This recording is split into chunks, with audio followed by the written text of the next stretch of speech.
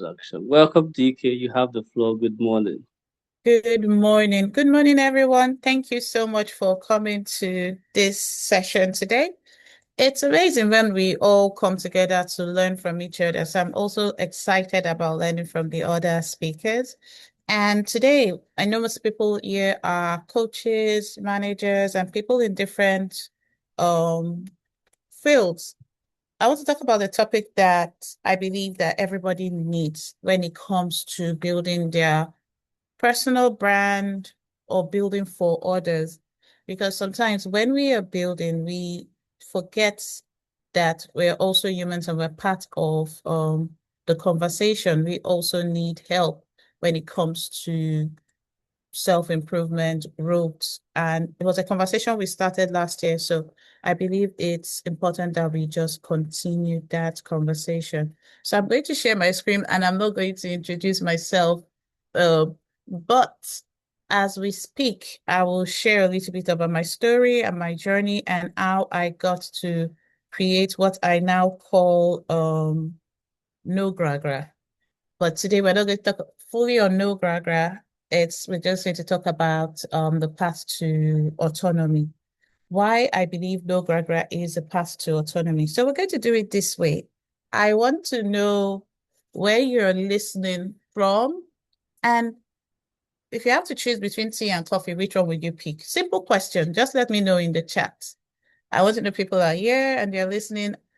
And we could also send reminders to people in the group to join today because this session is a session I believe that every single person needs to hear. So, in the chat, let me know where you're listening from, and where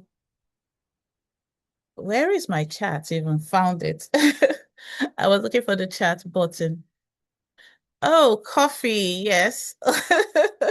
Tea. So we have tea and coffee. And there's some of us that just drink warm water, but everybody has something that they love. Yes, we're waking up. What wakes you up in the morning? Abuja, Scotland. Hey, Scotland. We're together in the UK. I think we all team UK, we should do something. They're always doing stuff in Nigeria. I'm always jealous. I'm very, very jealous about Team Nigeria. Uh-uh. Okay, so we have three UK people. Please, let's do something, even if it's a virtual stuff, since we're all in different parts and the weather is cold. But yes, I've never said it, but with my full chest, I'm jealous of the Abuja people. All right, so let's dig in. We're going to talk about, like I said, autonomy, and I'll talk about no gragra. When it comes to getting things done, we all have heard of hustle culture. Everybody's telling you to do more, but you're busy being busy. I don't know if anybody has experienced this, but you're so busy, but you're not getting the results you want to get. You're like, I don't have time. I don't have time. Where is that time going? So no gragra is something that we created that forces you to slow down in order to go fast. So this is a bit of my backstory. Um, I am an author and a coach, and I didn't start out that way. I was supposed to go the academic way, but I have a chronic illness that prevents me from doing as much as I can. So that means I need to learn how to manage my time, manage my energy, manage every single thing. Because sometimes you can pay people to do stuff for you, but there's nothing as incredible and as fascinating as the work you do for yourself. So I came up with No Gragra like 2018, and it was just an idea that every time gra, you're always in a hurry. What if you say no to gragra and no to also culture? What happens? After that period, I was able to write three books, two within a year, one within 3 months. Things that I couldn't do before, I was doing. I was coaching people, I was training social media managers. I went from being in bed all the time to still being that way, but achieving more than I could ever dream of achieving. And it started with something because you are working hard, your clients are working hard, they are doing the work, but they keep restarting. Every time you do this, you restart. So it's not about productivity because if you look at my bookshelf, 90% of my books are on productivity. I was buying all the books when I started this journey of wanting to be productive.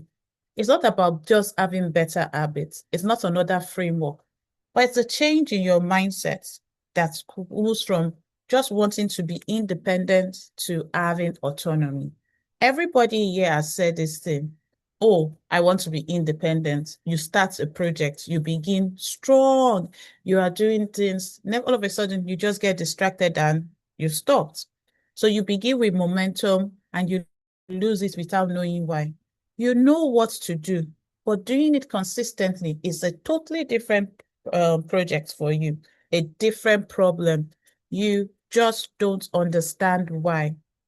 You borrow from other people. Everybody is going for vision boards. Oh, I need to have a vision board. Everybody's doing NLP. Everybody's doing all these things, but you are making your decision based on other people's standards without understanding your own strengths, your own the way you work, other people's timelines. And these things are good and they are great advice, but it's well-meaning great bad meaning or well-meaning bad advice rather, because it gets you busy, but you are not getting progress. So it's high effort with low clarity. And if this sounds like something you've experienced or the patterns you see in yourself or in that of your clients, just put pattern in the chat. One thing I always say is we need to study ourselves more than any other person or any other book or any other resource. The main book you should be reading is the book of you, understanding your patterns, understanding your habits, understanding how you work and how you don't work, what fires you up, what frustrates you, what I don't make decisions when I'm hungry. I don't get on client calls because every time I've done that or when I'm desperate, I have lost money. And that is the truth. Everybody else, because I did the first time it happened, second time, third time, and I was like, why did this deal go left? Hunger and desperation for me, no way. For other people, they can wing it. They get audition, not me. I had to figure out my own way. And another thing I realized was this. I have always said since I was a child, even Destiny's Child told us independent woman. We all want to be independent. So we've all chased independence. What I want us to leave from this conversation is let's chase autonomy. Let's have autonomy even. So what's the distinction between independence and autonomy? So independence is freedom. You say, oh, I don't want to work for anybody again, but you are free from the 9 to 5 and still exhausted. You are free from your boss, but you still don't have a voice. You don't even know what your voice is. You're free on paper, but you're caged by other people's standards. It looks like freedom, but it's now a new map. Most people went into entrepreneurship, coaching, and all these things because they wanted freedom. Some people went into it by accident because subconsciously you were already doing it for people and reading the books and supporting people. And then they're like, this is your path, go do more with it. And that was my own story. But what I want to talk to us today is about autonomy and it's about ownership. I always say, do not outsource your personal growth and development to anybody. You have to be the one that determines where you go. And I'll put a caveat to that. That doesn't mean you don't need a coach. That doesn't mean you don't need training. That doesn't mean you don't need support. But it's about taking ownership of your decisions, of your actions. Most people pay for coaches. We come to calls like this, we hear all these things, and then we just abandon it. But then we blame the coach or we blame the system that, oh, this did not work, or I've spent 1 year yet and nothing has happened. But you did not take ownership of the fact that you did not have a system to get it done. You did not take ownership of the fact that you did not have a structure. You did not do what needed to be done. Some of us, even the bare minimum, we don't do it. And when we say, oh, when people say, oh, why? We can't even say why we did not do it, but we just didn't do it. So what do we want? I want us to own our money flow. Your finances, they are not just surviving. You are in such a place where you can make decisions and you understand what goes in, what comes out, how you can get money based on who you are. And that's what I call financial wisdom. People will call it different things, but it's about taking ownership of your money flow. It's not just about about having wealth, but it's about sustaining that wealth. Most people, money comes into our hands and immediately it vanishes. It's also about owning your voice. Now, this is important because most of us don't even know that we don't own our voice. We are unable to say what we mean. We are always extra cautious of every single thing. We don't even know what fires us up. Every decision we make, it's outsourced to other people. We say, oh, I don't want to be a burden on this person. And this doesn't mean you don't take others into consideration. But it's also about understanding that your voice is yours. You have to find your voice. You have to improve yourself. And you can't do this alone. You need to own your circle. Now, good news for you. You're already on the right path with this because you are in a community like this already. So you are growing with people and you can connect with certain people and decide that these are the people that will grow with you. Because it's not everybody that we meet that is part of our circle. Owning your decisions, your structure, your standards. Independence without autonomy will always get you back to square one. So autonomy is what we are trying to achieve. And it's about becoming the autonomous one. I don't want us to say, I want to be financially independent because I did this thing. Oh, I want to be financially independent. No, it wasn't enough for me. Just that chasing money did not work for me. Many people have said this. I'm sure you've said this. You can have independence at work and still feel voiceless at home. You can look free on paper, but you are truly in a cage built by other people's standards. So independence without autonomy is you've left the cage of 9 to 5 or the academic system and you've gone into another cage and locked the door. So as someone who is autistic, I have lived moments where people wanted to make choices on my behalf, especially when it comes to your health.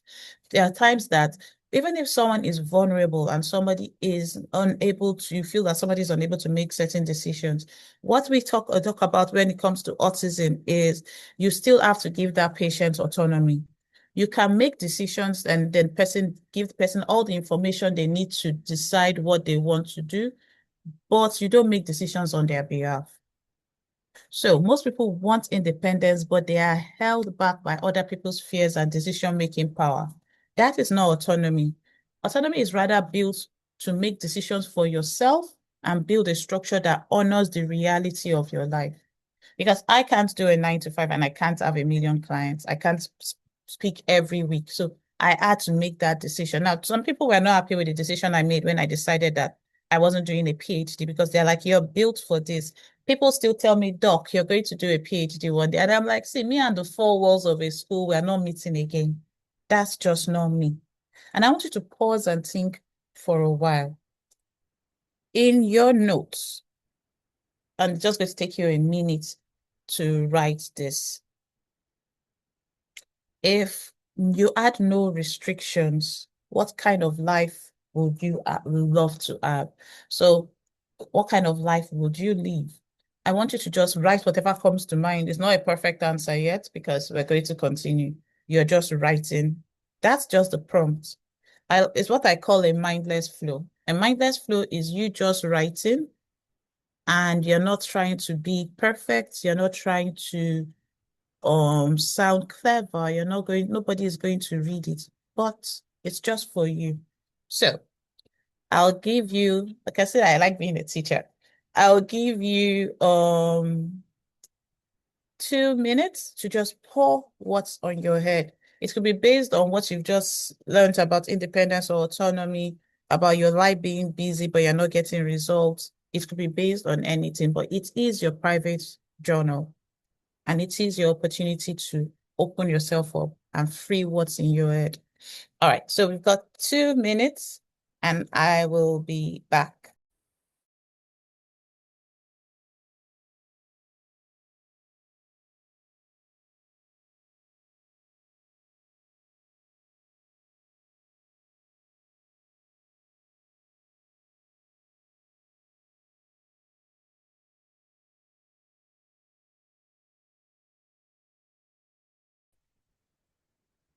Thank you.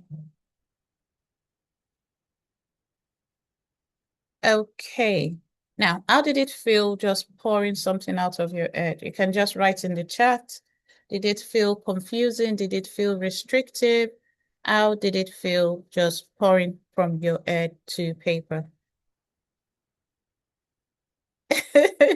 Go to Dubai and chill. You just want to live the soft life. They said go to Dubai and chill. But everybody has what they want to do if everything was just the way it should be. It is the way it can be right now, but we can move from that place to the way it should be. Okay. So these are the things for us to chill in Dubai, for us to have that life where we have true autonomy, for us to have all these things. What I truly discovered is, thank you, Kemi. What I truly discovered is this. Everybody needs to own these five things, not achieve, not access, own. And I've talked a bit about ownership a little bit, but people want to fly to all over the continent to impact people. I'm loving the fact that everybody is thinking, and to do this, you need just a few things to own it. There's a difference between ownership and assessing. I always say there's something that everybody has three things. There's self-awareness. We are aware that we want to have our voice. We want to be credible in our society. We're aware that we want to fly. We want to help people. We want to impact people. And we can't do this without ownership of certain things. Money flow. We can't do it when we are just surviving month to month and we then start making decisions. No, when we start hiding ourselves, we can't do this.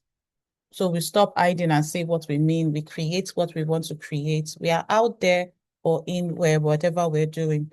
We have our support circle. We don't want to be drained. You stop borrowing maps from everybody and your mindset is protected because some of us sometimes what cripples us is imposter syndrome, the mindset, we don't understand ourselves. We are operating from a place of fear all the time. We want to shift this. So the five pillars are your resources, that's your money, your voice, your support circle, your strategy, and your mindset. This is just a way to look at it. So what does it mean to own your resources?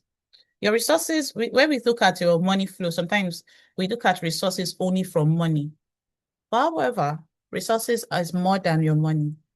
It's your money, your time, your energy, your attention. You have only 24 hours in a day, 168 hours in a week. If you don't use that time properly, you're going to find out that you are struggling. Even if you have the money, you cannot buy certain things. You cannot do certain things. Energy, if you are not healthy, if you're not taking care of your body, you won't have the ability to do what you need to do. Attention is a currency. Attention is a powerful resource. And to show you that attention is a powerful resource, social media companies understand it. They keep you consuming, consuming, consuming. You don't even own the attention you need to focus because you are distracted. So, yes, we need money, but we have to understand that resources are more than cash. They are the fuel that protects your time and energy. Without clarity, yeah, every other ambition leaks. So if we need to plug this area to ensure that we are truly, truly, truly in control.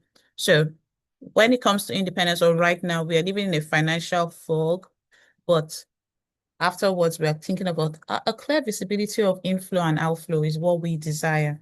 We're spending driven by guilt or survival mode. Every single action, every single person, you're just spending money. You are investing in things. We are not even thinking about it. Someone comes to you. You don't have a choice. You just have to give.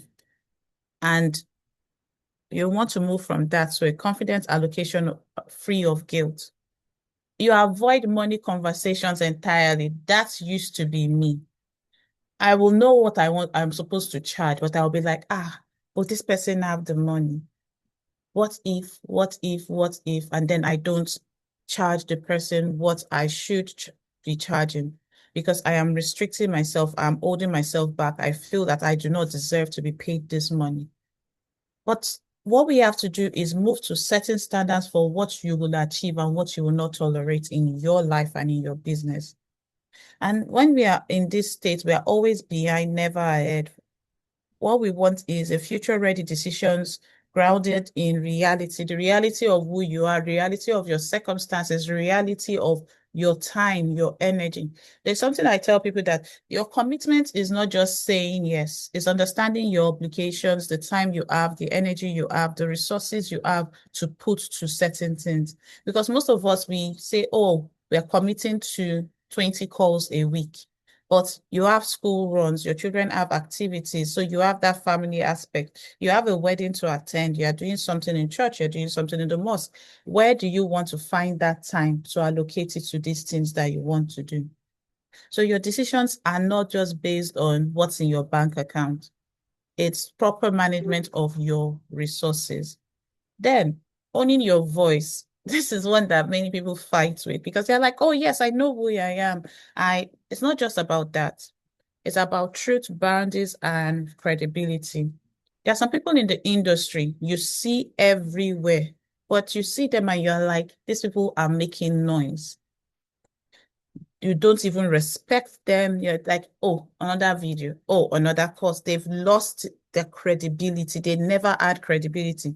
They may be making money, but they don't have credibility. You hear certain things like, oh, before we had Tile, we had all these good YouTubers. Now we're having YouTubers, TikTokers that are just making nuisance, driving their cars, doing this. They're making, oh, those people are not credible. They are noisemakers. Although they have the attention of people and they are being paid, no one is going to trust them to take certain important decisions. So sometimes we see ourselves as noisemakers, but we need to stop silencing ourselves out of fear of judgment. What will people say? There is a voice you have. There are things that you bring to the table that you don't express because you're afraid of what people will think and what people will say. You don't understand your strengths. You feel that no one wants to hear from you. Oh, people have already heard this. If I create this content, what is the need? So we are questioning ourselves, questioning our decisions, questioning every single thing.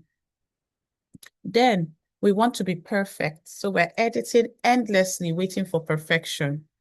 We don't have the right camera. We don't have the right resources. We need a studio before we shoot. We need to have pay the best editors. We want our videos to be like Diary of a CEO before we say what we have to say.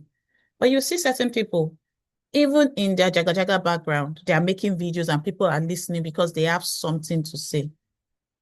But what we don't understand is in order to validate what we have to share what is true before it's perfect. We don't need to present something perfect to people. As long as we believe it and we are sharing, we are able to be vulnerable without exposing ourselves. Sometimes we see vulnerability as talking about every single thing in your life. Oh, I need to open up. You don't protect what is important.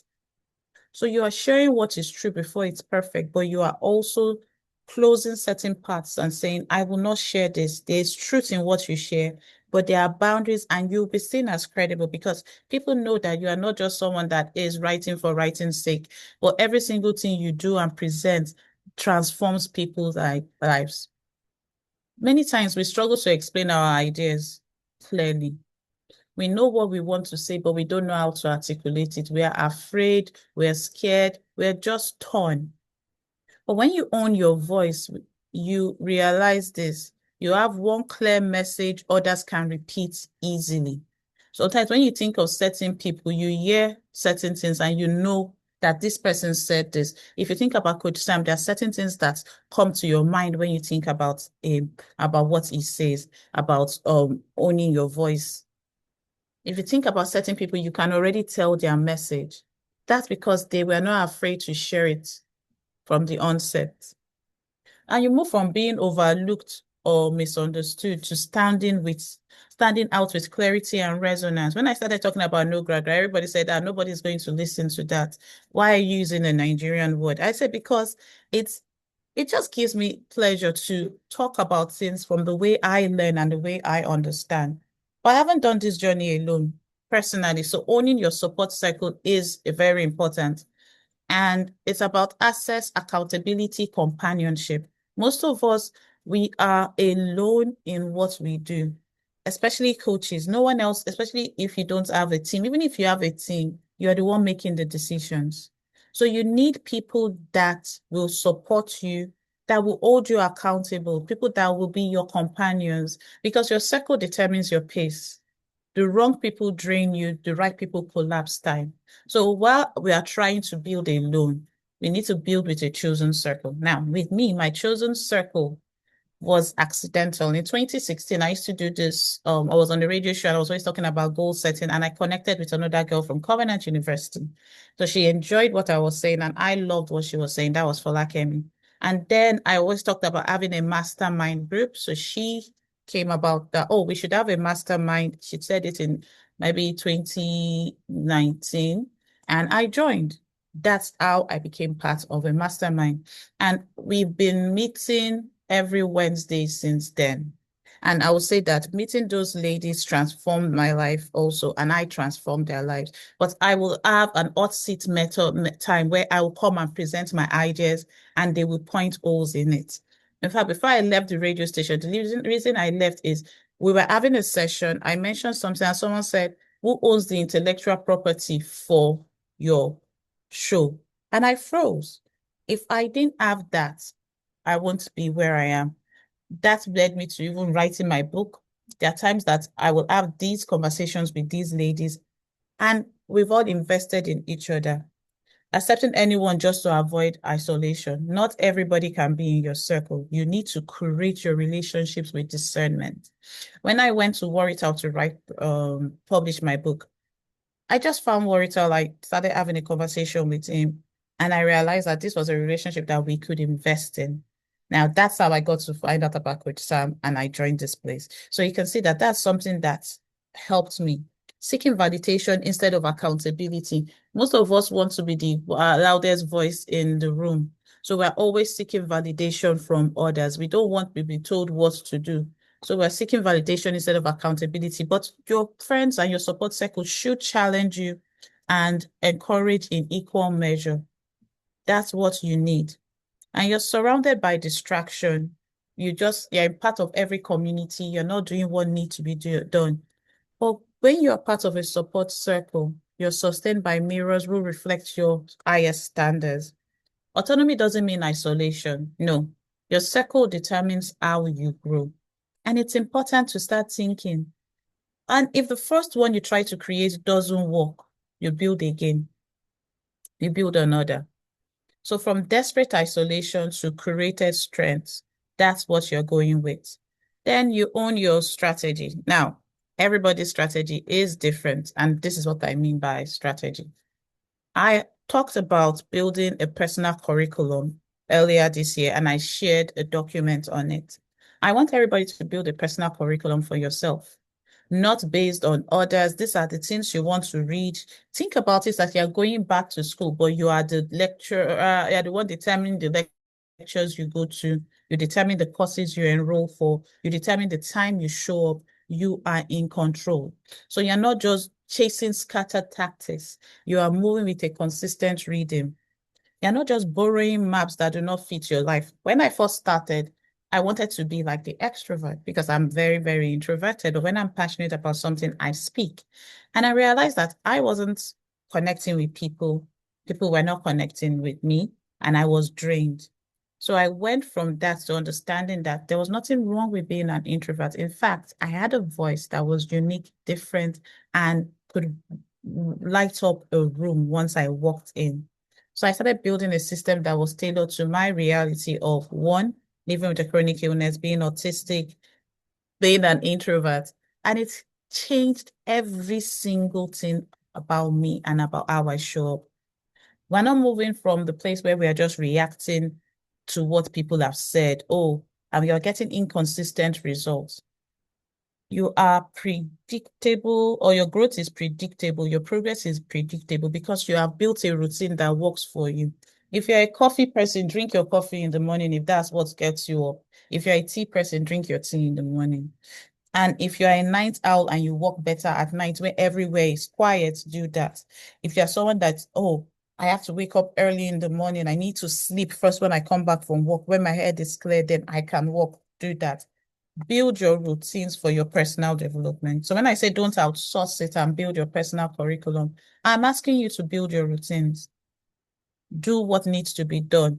And you want to move from just burning out because some of us are burnt out so much and we're always repeating. Every year we have the same New Year resolution, but there is no momentum. We have chaos. But how do we get sustained momentum that doesn't give us chaos? It's about owning your strategy, building your personal curriculum. And I will probably share that document again in the chat so that everybody can have a look at it in case you did not use it last time. Now, your mindset is the most important thing. That is your internal authority. You need to guide, protect, ensure that you are protecting what is within. You are setting standards. You trust yourself. How many of us trust ourselves enough to boast about the way we will act and react? We're not saying what the world needs to hear, but we're saying the truth. See, identity is where the transformation locks in. The other things are important, but how do we lock it in? How do we ensure it is where it should be? Your thoughts are either traps or teachers. A trap locks you up. You're going back into that cage. But what happens is when you own your mindset, you're seeing thoughts. When you don't own your mindset, you're seeing thoughts as enemies. Every single action you react, everybody can rage bait you. You are very, very reactive. You don't even learn from situations. Okay, you lost your mind and you shouted at people. Oh, it's them. These people never do what they're supposed to do. Maybe I didn't give them instructions properly. We never learn from things. I always tell people, I have a notebook where you write your mistakes and come back to it regularly. And this is the reason you don't want to repeat the same mistake over and over again. So if you made a mistake on a transaction, or I lost money on this, I didn't make a profit, that's financial. Okay. Even with the people that you have as friends, little things. Okay, this conversation I had with this person, it went the other way. What can I have done differently? How could I have diffused the situation? Somebody knows how to push your buttons, but you're not learning because you're not studying your patterns.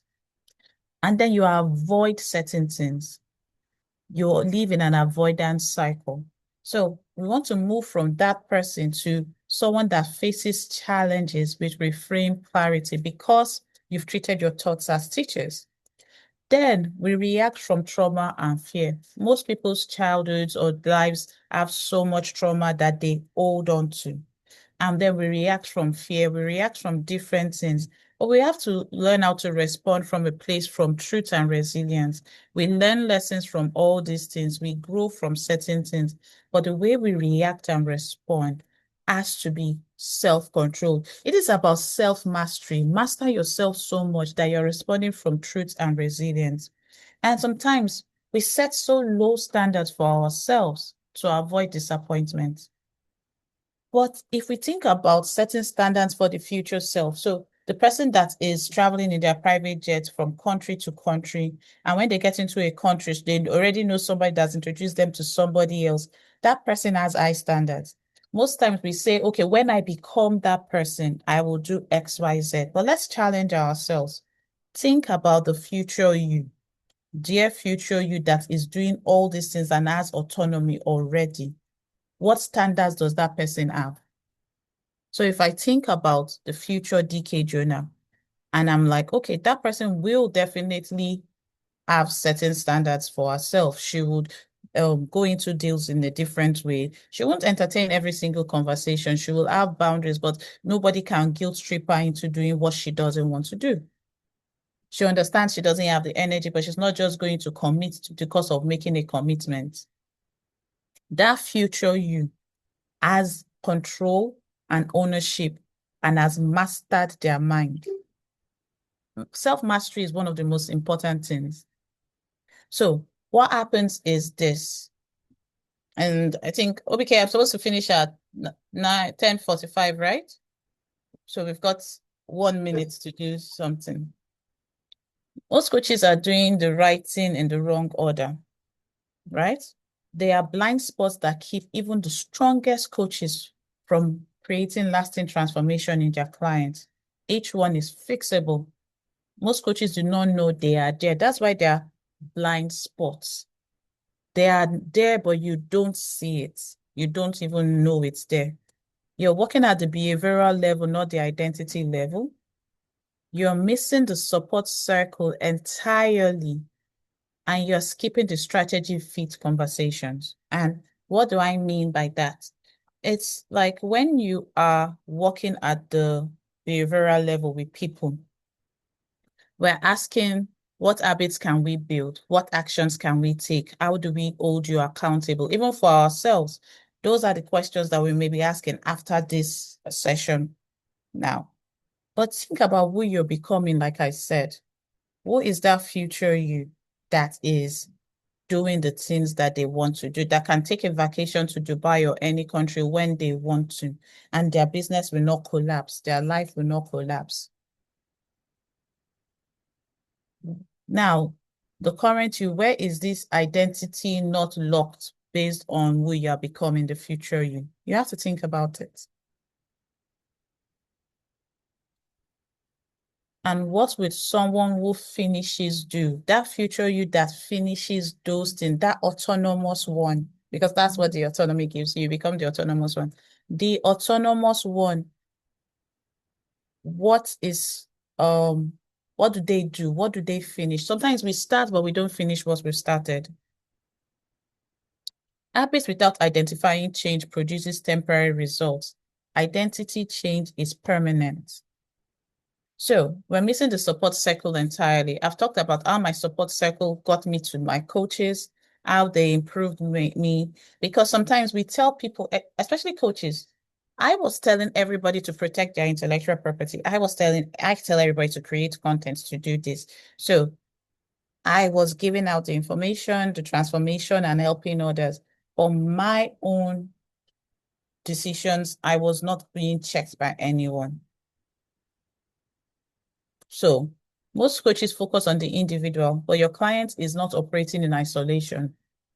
They go home, they have a family, a team, a group of peers. Environment is either carrying them or undoing the work that you're doing, because the work I was doing was being undone because of certain things. So the questions to start asking, and you can take a screenshot of this: who works beside this person daily, and are they aligned with their growth? And you can ask yourself these questions also. So I will point it to you. Who walks beside you daily? And is this person aligned with your growth? Is your client getting challenge and encouragement in equal measures? Because there are some people in your life that all they see is what is wrong. You produce a book. People don't buy books again. No, this one that you're writing another book now. Wow, the other one didn't sell. If that's the kind of energy you are getting every single time, even if you are working with the best coach, it will not help you grow. And you have to think about them. Are they building alone or building with a curated circle? Because you can curate the circle that supports you, that works with you on this journey. It's built with your hands. It's intentional.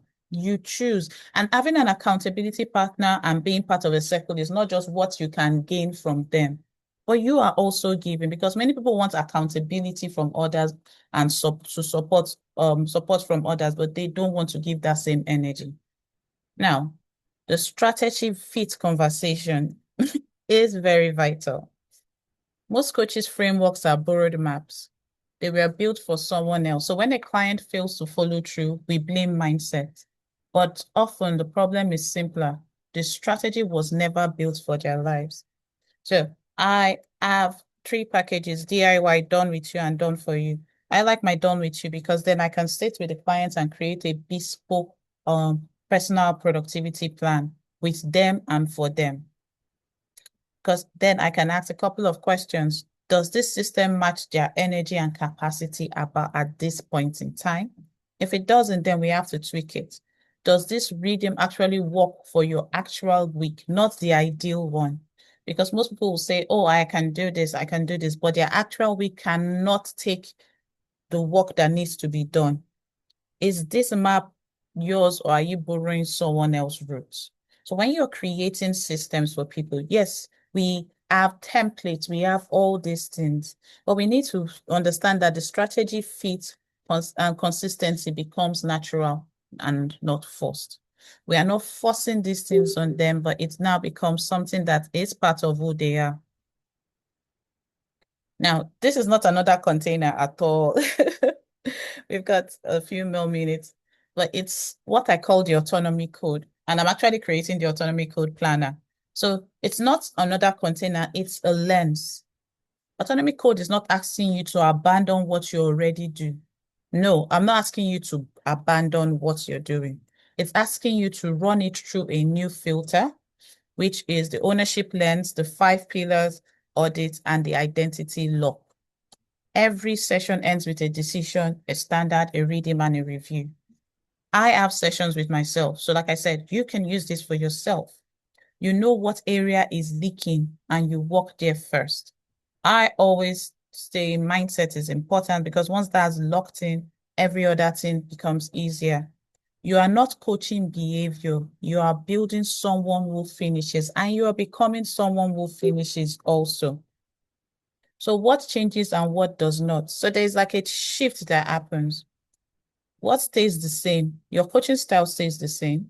Your existing framework stays the same. Your client relationship stays the same. Your session structures stay the same. But the shift comes in the questions you end your sessions with. What you call success for a client, how you diagnose where they are stuck, and the language your clients carry away with them. Now, most of the time we prescribe things without diagnosing the problem. I don't take clients and just give them a one size fits. I need to diagnose what's wrong with that person before prescribing a solution. In the past, I would just say, go and read Miracle Morning if you are struggling with waking up in the morning because it helped me to plan my life. Go and read Strength Finder. But now I realize that every single person is different. So I need to do certain things before I prescribe for them. So, but your clients never prescribe a solution without diagnosing the problem. I had a client who came to me, oh goodness, I said, this one is going to do every single thing that he needs to do. For a year, it was like, I'm ready to do this, blah, blah, blah, blah, blah. We started the conversation, paid the money, but did not do the work. So capable, stuck in a start-stop loop that lasted years. Ideas were there, drives are there, but I did not see the red flags, like we will call them. Multiple coaches and programs. Well, everybody was at fault. Progress was always stalled, and I kept chasing him. I chased him so much that even was tired. But then I did something different. I created what I call the essence discovery. And we realized the problem was not effort, it was not motivation, but he did not connect with the essence of who he was. And once he did that essence stuff, he said, this is the best thing I've ever done since I started. And now he's chasing me. I'm like, we have just one call a week and I'm running away, basically. And the transformation, I can see it. The single framework I created diagnosed this problem. For the first time, he slowed down enough to find his own foundation. He said, this has been perfect, healing, totally transforming. I was like, He said, for the first time, I see my true self. I found authenticity. So all the proposals he sent to me that he wanted to send out, he dropped them. He said, I'm not sending them out anymore. I need to sit down and do this. This was alignment, not ego speaking. He became aligned with who he was. At this moment, he's showing up daily. He has run a couple of hackathons. He's now going to Nigeria to do a couple of things. He even carried his clarity into leading like 3,000 people. He's speaking from alignment, not ego. The other one was, oh, I work in JP Morgan Chase, so I have seen people, I've worked with all these people. That was the way he was leading before. And now he's leading with something different and people are connecting. What the work actually produced for him, something tangible, consistent daily reading for the first time after years of starting and stopping. Intangible, a sense of authentic identity, not performance, not borrowed standard, but it became something else. This carried him into leading people. He did not just find a system, he found himself that does not undo. And now he has something called Leg Up that is bringing to Nigeria. And it's wonderful to see the transformation from someone that I was chasing to the last 3 months. We've done more work than we did in past 2 years. Just even the last 3 months, because now he now says, now I see all the things you've been saying and we're building. Because when we think about the tangible results and intangible shifts, we are thinking about when people just say they stop procrastinating, they set boundaries, and they create a peaceful system. Because most coaching stops at the top layer. But with autonomy code, it works all 3 layers. Your clients do not just change what they do, they change who they are. This transformation that they get that nobody can argue with them. Things that we are as the living code for the autonomous one, non-negotiable. We do not wait for permission. We do not borrow maps that don't fit our lives. We do not tolerate leaks in money, time, and energy. Some of us just see leaks in money, and that's where we are this thing. But time and energy, we do not tolerate that. We do not let fear dictate our standards. We do not silence our own voice. We do not start without finishing, and we do not build alone in desperation. And that's what I want all of you to have, a space where you become that person that even the people you are leading, their lives are transformed. It's wonderful when we are able to connect the dots and we're able to do things. So what I'm going to do today is this, right? I haven't done this before. I'm going to offer discovery calls for anybody that is stuck. So we can look into what you need to do. And after the discovery call, if you choose, I will share, there'll be a sales of something that is how will I put it? It's not mandatory for you to take the offer. I'm still going to give you the discovery call that is full on 45 minutes so you can do what needs to be done. And at the end of the call, if you choose to use the tool that I use for others, I will let you know what we need to do to achieve that. But, okay, exactly 10:45. How did I do today? So thank you so much, everyone. If you have any questions, please leave them in the chat and I will try my best to answer. I don't know if anyone wants to unmute and ask a question. I don't mind that also.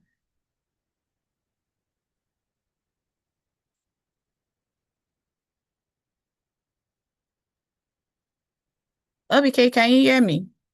I hope I've not been on mute all this time. No, I am not on mute. Can hear Okay. you, ma. We heard you. We heard you. Okay. Any questions, observations, comments before we take our break?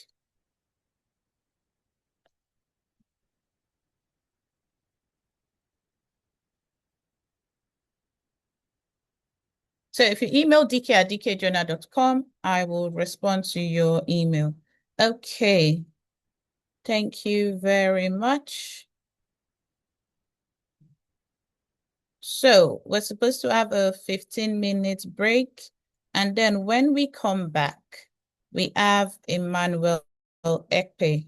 Hope I pronounced that name properly, for session 2 for today's event. And I'll still be your host, so I'm still here. Thank you very much. Thank you very much. Yes, my boyfriend. Thank you so much. All right, so let's take our 15-minute break. And then I don't know if Emmanuel is on the call or if we have to nudge him. Yes, I'm here. Oh, I'm here. welcome. So you have a few minutes to get ready, grab your water, and then you and I will get on the call. And you will have 45 minutes also to do your presentation. Thank you, everyone. Okay.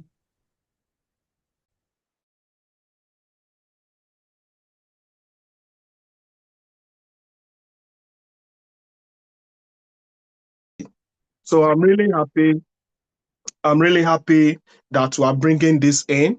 I did a lot of work in Nigeria. In fact, I visited different TV radio stations. It was in one of my radio station visit that I met Coach Sam Obafemi.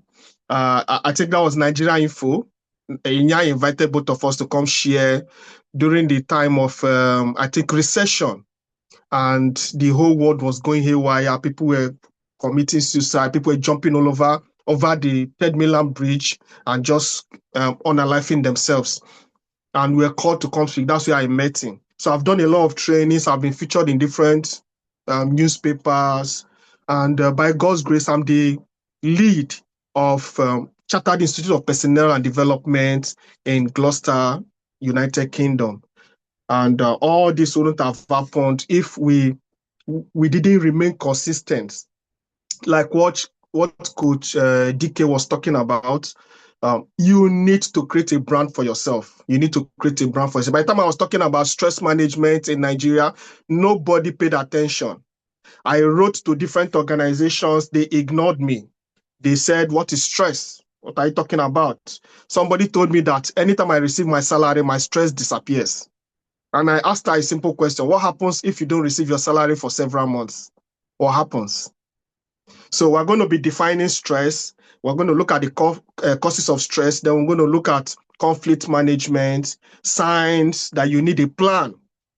I discovered that a lot of people are living their lives facing stress as it comes without a stress management plan. In fact, sometime last year, my company started a program called Stress Proof Your Business. And that's basically what we'll be talking about this morning. That is it on your screen. Stress Proof Your Business. Create your business in such a way that people can actually, create your business in such a way that your business will actually manage your stress. I don't know if we understand what I'm talking about, but your business becomes a stress management tool for you. I did a research recently during my MSc. I recently finished my MSc at the Liverpool John Moss University, and it was MSc in psychology. My dissertation was on the impact of stress on doctors and nurses in NHS. And there was something I came up with that blew my tutor's mind. And that was the fact that organizational interventions in stress management is more effective than individual coping mechanisms.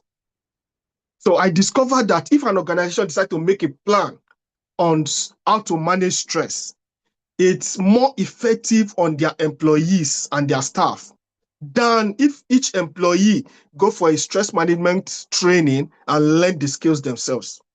Because it doesn't matter how much knowledge you have about stress, if the environment of your organization is toxic, then everybody will be toxic. It will affect everybody, and you see toxicity everywhere. So basically, organizational interventions are more productive than just individual efforts. I'm sharing this because a lot of us are business owners, a lot of us are top executives, so we understand what this means. And that's why I decided to bring this particular topic. Because we're not just learning it for ourselves, we're also going to implement it in our different organizations. There is a theory that I proposed, and that is called the water bottle theory. What is the water bottle theory? You know, a bottle, let's say I have two bottles. One is filled, is empty. Let's say this is a water bottle, is half filled. I would have filled it up if I knew I was going to use this as an analogy. So this is a water bottle, there's water inside. And let's say I have another water bottle that is totally empty. If I press the both of them with the same effort, one is going to give way and the other one is going to remain the same. Let's say this one is half empty. So let's say I press the empty side, you can see that it's already giving way. But if, let's say, it was full and I press the one, the side, I press it Of course, it's filled with water. Once I press it, it may depress a little, but the shape will definitely come back. So what does that tell you? The content you have inside of you determines how much stress you can handle. If you are basically empty, you wouldn't be able to handle more stress. Then there are a lot of empty people who have no knowledge about stress management. I think some people are trying to get into the room. If Coach Jonah or Obiko, anyone who is the admin, can actually accept them because it's distracting somehow.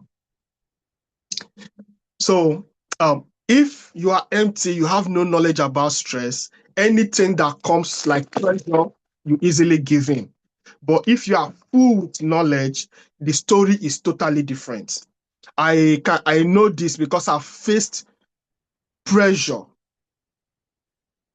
that resulted to stress before, and I had to apply my own knowledge. I remember when I first came into the UK, I was a coach, a consultant in Nigeria, dealing with businesses, turning over millions of naira per month. I used the money to relocate my family to the UK because you know what's happening in Nigeria now. And I needed a global reach, a more global reach. So when I got into the UK, I was still doing some online stuff, but converting naira to pounds to pay bills was not really cutting it at all. So my wife called me one day, say, if he calls me Emmanuel, you know that there's a problem.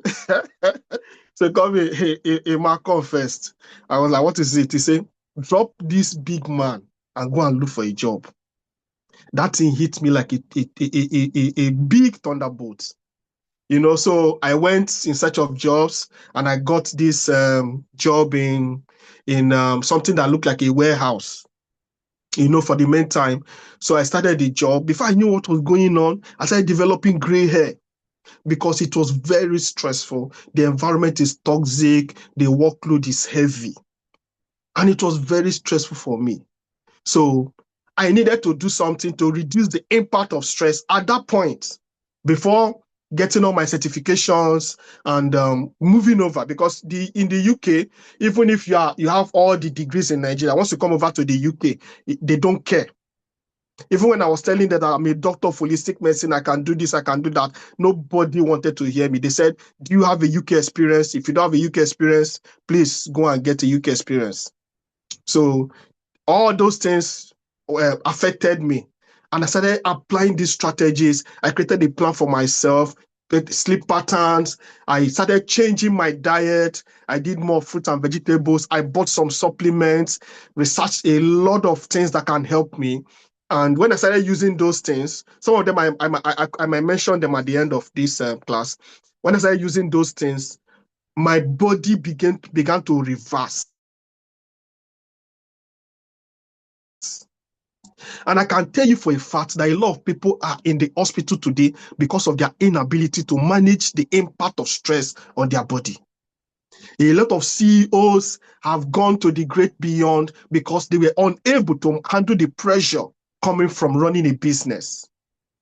So if you've got no plans, you are in for a shocker. Let's define stress.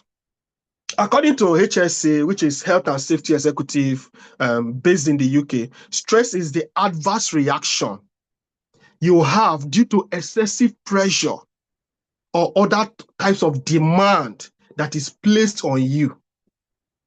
So if the pressure you are experiencing from your office is so much, it can lead to stress. So the pressure is beyond your capacity to cope with it. Stress will manifest. Then I have a simple definition too, and that's the fact that stress is basically how you respond to what is happening around you. And that is a more holistic definition because it is your response to the pressure that determines if you are stressed out or not. If you have a positive response, you will not be stressed out. If you have a negative response, you will be stressed out. It's as simple as that. And anytime stress occurs, the body releases some hormones in an attempt to help your body cope with the stress. And one of those hormones is cortisol, also adrenaline and noradrenaline. Those are the hormones that are released. So these hormones are released so your body can produce enough energy to overcome what is causing you stress. That's why sometimes when you're under severe stress, your temperature rises. You start feeling feverish. You are feeling feverish because the body is releasing so much energy, more than you need. And if you don't resolve that stress over a short period of time, it becomes chronic and it starts damaging the body. That's why they say somebody slept and he didn't wake up. It's not an instant thing. It is accumulation of stress over a long period of time. Sometime last year, there was a post that came up on Twitter, and that was of a lady called Quinta. So this lady was working for a long time. She said she worked for 7 days at a stretch. She was overworked and experienced burnout. What happened? She said she needed a rest, and for the next 3 days she wants to rest. She slept that night and didn't wake up. I remember a case that happened of a doctor in UCH. I went to do a training in UCH. I was a keynote speaker in one of the conferences that one of the unions had. So after my session, they said the doctor wanted to perform a surgery. And he had been working for the past 48 hours. So he needed to do that surgery and just close for the day, then go home to rest.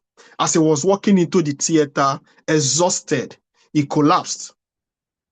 Before they could resuscitate him, of course, you know that many teaching hospitals don't have a simple AED to resuscitate people who collapse. They don't have it. Before they could look for an alternative means or do CPR, he was gone. And what shocked me most was the fact that they called another doctor who wasn't on duty to come and continue with that surgery. And the day I was doing that training, they did a candlelight procession for the doctor. Just walk around UCH with black on black and holding a candle, and that was it. By the next day, if you enter UCH, you will know someone died. So I say this everywhere I go. Your employer or your organization can replace you, but your family can never replace you. So you need to have a stress management plan for yourself so that your family can enjoy you. This is very, very important. There are 2 types of stress. There are different types, of course, but 2 major types, and I usually hammer on these 2. That is the acute and the chronic. Acute means that it's occurring for a short period of time. If it is not well managed, it moves over to chronic. Working too long and too hard can, without a break, can cause stress. That's me now explaining the causes of stress. Or trying to reach a goal without any plan to go forward from there. Let me explain this. There is something called post-success depression.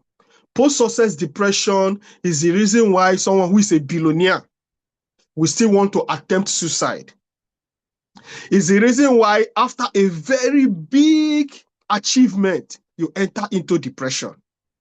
It has happened to me before, and I was wondering, why is this happening? Okay, I wanted to buy a car, and I saved up for the car. I did different trainings to try raise money to get a car. And when the money was complete, I entered Lagos with a friend, brought the car to Abuja.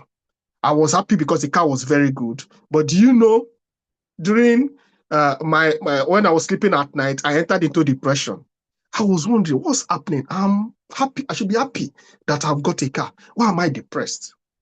That's because the mind plays tricks on you if you have achieved your goal and you have no way of moving forward from there. So some people are stuck in success. That is what happens to a lot of celebrities too.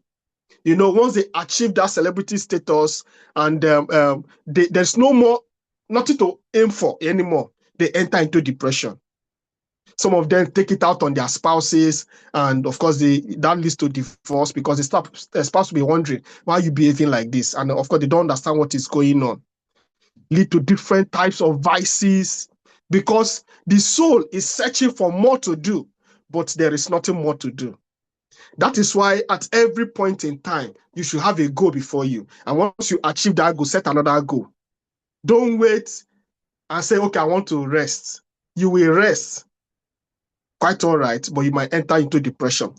Setting a goal doesn't mean that you will not rest. Setting a goal means that you have something to look forward to.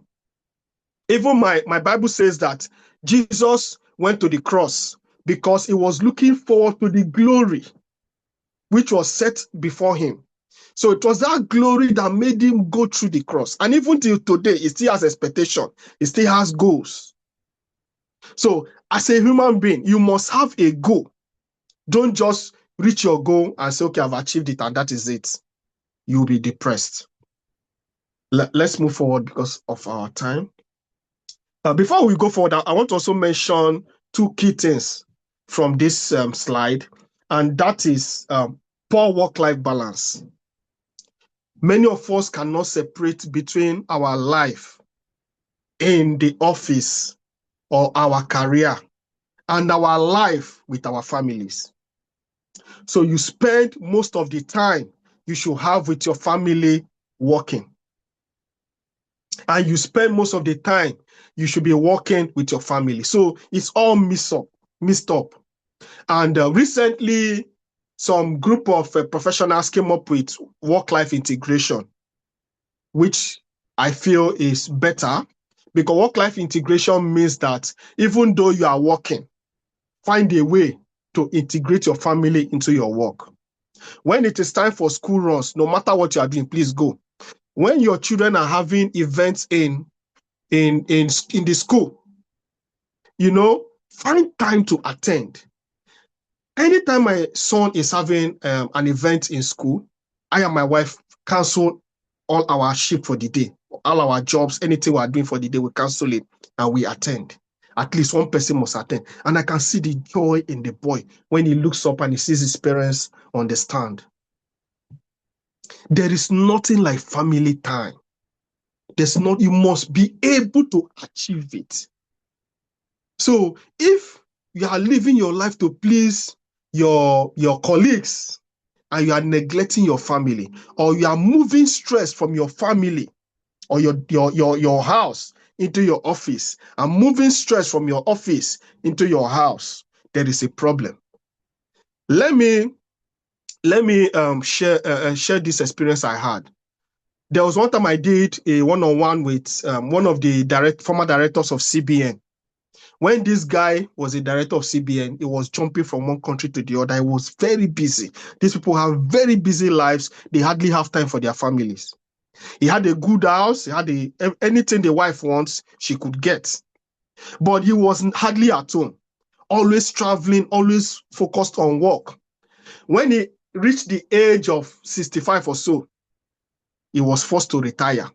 And when this guy retired, they carried all these things from the office and the hotel where he used to stay into his house, and there was nobody in the house. Called his wife. His wife has relocated to the UK, and he didn't even know because the wife was so mad, didn't want to tell him anything because he was hardly talking to them. He was busy working. All his children, he didn't know where they were because he didn't have time to communicate with them. It's just text message. I'm always busy. Please, I'll call you back. I'm busy. And that is it. When he came to an empty house, he collapsed. Thank God for his friends who rallied around him, and one of them adopted him. So it was at that state when he had stroke that I came into the scene, trying to help him to recover from that. What am I trying to say? Don't spend all your life working while neglecting your family. The day you leave your job, you will know that your colleagues were never your friends. Go back to your office, your former office, and try this. And try to get something from them. That is when you know that power has changed hands. If you are lucky that you are nice to them, fine, they can accommodate you. But if you are a very serious person and you are not nice to anybody, it becomes worse for you. Then another thing is cognitive dissonance. Cognitive dissonance is basically doing things that are against your belief. Let's say you are a Christian or you are a Muslim, and you know that your religion does not permit corruption, yet you are taking bribe. So your mind is telling you that this is bad, but your actions are proving otherwise. It will lead to stress because there's a disconnect between what your mind believes and what you're acting out. I remember a case of something that happened in Abuja. Somebody wanted a contract from the procurement office, and this procurement officer has a very big Bible on his desk. So this guy went, because they've told him that if you don't drop, you will not get the contract. He went in to see this man, discussed with the man, and saw a big Bible. So in his mind, this guy is a Christian, and maybe he will not collect this bribe. And he went out. The person that told him to go and sort this guy told him, please go back, ignore the Bible, give him what you want to give him. And this guy went in, gave him bribe. This guy happily collected, despite the fact that there was a big Bible in front of him. So there's a disconnect between what he believes and his actions. And that is a very serious cause of stress. And you know, this kind of stress, you will be stressed out and you see it on your body, but you can't tell where it's coming from. It's because there's a disconnect. There's a picture on your screen, and that's a picture of the former president. I like showing this picture in most of my trainings. You can see George Bush was looking very young when he became president. After 8 years of ruling the US, see how he's looking. Obama was fresh and young when he became US president. After 8 years, see how he's looking. This is the impact of stress on leadership. So if you are not very careful, no matter who you are, no matter how much money you have, if you are not very careful, you come down with stress. Stress is no respecter of anybody. If you like, be a professor of medicine. If you stress yourself, you see the consequences. And that is exactly what you're seeing on your screen. So there is an inverse relationship between stress and productivity. If you as a manager or as a CEO and your job, your workplace is very stressful, believe you me, productivity will drop drastically. But if your workplace is one that is more of a teamwork, there's a mutual communication, mutual agreement, and everybody work as one, everybody's happy, the productivity will increase. Why is this?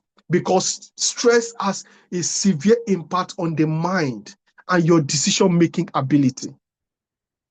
So there is something I'm teaching business owners in the UK, and that is how stress can affect their decision-making. If you make any decision based on your current state of stress, I can bet you that you're going to make a bad decision. But if you know how to manage stress and get your stress level to a point where it will not affect your decision making, I can tell you that you'll be a more productive person. There are a lot of people that are in prison today because of one single decision they made under stress. Naturally, they wouldn't have done that. But for the fact that they were under the influence of stress, that is why they made that decision. And it has had serious impact on their lives. Their lives have been cut short, no productivity, nothing, just by one decision. That is to tell you how important stress is in your life. So I'm going to talk a little bit about conflict, because if you are a leader in your organization and you don't know how to manage conflict, stress will be the result. In fact, you'll be battling stress every day. I have worked in various organizations in the UK, and I can tell you that the work culture of an average UK organization is toxic. I have worked in places where people are looking out for your faults, and the next thing is to go and report it to the manager. So sometimes the manager calls me to say, Emmanuel, there's been some concerns raised about you, and we heard you did this, we heard you did that. And by the time I finish explaining the reason why I did it, the manager will be like, Emmanuel, don't worry, just go. I will speak to I will speak to them, and we will know how to resolve it. It is not just a single event. It's been occurring in different organizations I've worked. That culture of trying to outdo or punish the other person, that is a toxic work culture. And the productivity in those environments can never be at maximum. Even if it gets to a high standard, it's because the UK government will close down your organization if you're not meeting up to standard. So people are forced to meet up, yet under severe stress. Have you wondered why people are dying in the UK from work stress? I have counted over 20 young Nigerians below 40 years that have died in the UK in the last 2 years from work stress. Directly from work stress. I'm not talking about maybe they had different sicknesses or not. I'm talking about people that slept and they didn't wake up, or people that complained about stress, went to sleep, and that was it. So a conflict is a serious disagreement or argument that is characterized by opposing interests, goals, or viewpoint between individuals and group. So there's a major misunderstanding or a major disagreement. That is what leads to conflict. And in most cases, when conflict occurs, people don't know how to manage it. Most managers decide to listen to one person and carry out a decision without giving the other person a fair hearing. And we have had cases like that. There was a nurse in the UK that was dismissed. Nobody heard her own side of the story just because a man wanted to be classified as a woman. So he called the man Mr. And the man said, I'm not a Mr., I'm a Mrs. And he was like, you are a Mr., you look like me like a Mr. And the man went to report to the management that he chose to be addressed as a Mrs. And this nurse is calling him a Mr. They dismissed the nurse without hearing from her. And all her colleagues were all against her. That can you say somebody is somebody who is a man, who is a man but chooses to be a woman? You are saying the person is a man. You don't do that. If they say if he says it's a woman, address him as a woman. So right now in the UK, you can't just see somebody and call him Mr. You must ask him, how do you want to be addressed?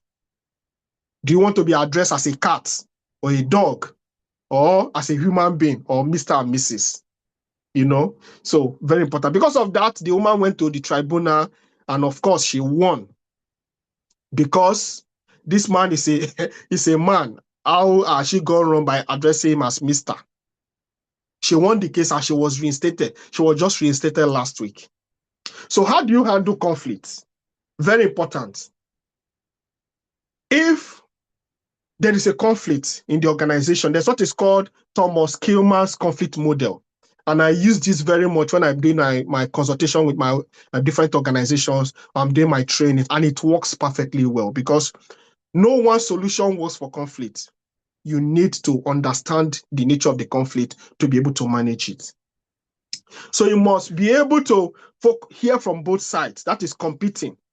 So you focus on getting your perspective accepted. For example, if you're having a conflict with a staff and what you are saying is the right thing and your staff or what your staff is wrong, you need to let them understand what you're saying. So probably when they understand what you're saying, it's easier for them to say, okay, I think I understand your point of view now. So it's more of competing. You're trying to, all two staffs are quarreling. Get two of them to speak up their mind and support one of them while explaining to the other the reason why this person is correct. Most people tend to calm down when they understand the reason why such actions are taken or you sided with the other person. Then there's what is called collaboration. So in that collaboration, you come together to develop a mutual benefiting solution. You are not saying this person is right. You're not saying this person is right. You're asking them, so what's the way forward? And this person suggests the way forward. This person suggests the way forward. Then you come to a middle ground and take a decision. That way, they feel heard. But if you just decide to just take your own decision without hearing from them, there'll be more conflict. Sometimes you compromise. You come to a consensus. So more like you are accepting what both of them have said. and you are asking them to come to a compromise. This person is a Muslim. He wants to fast during his fasting, and he doesn't want to see you eating in the canteen. And me, I'm a Christian. I want to eat in the canteen. You can come to a compromise. Okay, when I want to eat, I'll make sure that it's not on duty or it's not around. That is compromise. So avoiding is when there's a conflict and you as the manager, you allow the conflict to play out because there's a lesson from the conflict. So there are some times that there's a conflict in your organization for something that is meaningless. So such conflict is a total waste of time for you. Don't even get involved in it. Conflicts like you didn't greet me, you greeted me. Useless conflict that is not productive. Don't get yourself involved in it. Allow it to play out and it will resolve itself. Then there's the one you accommodate and call a truce. So you can see some of them are intertwined, but there's a slight difference. So the one you accept the perspective of other party and you call a truce means that you're asking them to shield their sword. You're not necessarily agreeing to what they are saying, but are telling them that we need to work together and achieve our goals. Please, can we just shield our swords? So that is how to do that. You're accommodating both of them, especially if they have divergent views or they don't believe in the same thing. You try to accommodate them. So there are 7 strategies you can use to resolve conflicts. Determine if the problem is worth discussing. Like I said, if it is not worth your time, please throw it off and move your way. Use body language. Sometimes your body language can go a long way. When people say that you frown against gossip, it makes them to sit up. So it means that whatever you say before me, you must be ready to say it in front of the person you are accusing. If you cannot say it in front of the person you are accusing, then don't bring it to me. So if you have that stance, it will help the business to grow because people will be more careful trying to bring the other person down or bringing up cases that doesn't really make sense. Focus on facts and not the person. Don't say you are always causing problem in this organization. I think you need to go and see a therapist. Don't say that. Focus on the facts. What is the person saying? When you focus on facts, it helps you to sound more intelligent and it helps you to resolve issues quickly. And this is a problem we have in the political space. Even though Bola Ahmed Tinubu is our president now, he's doing something that is right. For the fact that I don't support him, I don't agree with what he's doing, even if he's going to benefit me. Or even if Peter Obi is going to bring a change, for the fact that I don't like him and I don't like who he represents, I don't support him. If we as humans learn to focus more on facts and not individuals, we are going to achieve much more. Allow everyone to speak, be open-minded, approach problems with empathy. Always ask yourself, what will I do if I was in this situation? I was doing a training with an organization called Clockwise here in the UK. And when I finished the training, one of the staff came to me because my trainings are very intensive and very impactful. One of the staff came to me and said, please, can I buy you lunch? I was like, what happened? He said, please, let me just buy you lunch. We'll talk while we're eating lunch. So I went there. She had experienced burnout for the past 6 months, and the organization had no plan for her. So when the CEO saw that this was becoming a serious problem and it was impacting not just her activities, but other people around her, she decided to call us to come and do a plan, a stress management plan for the organization.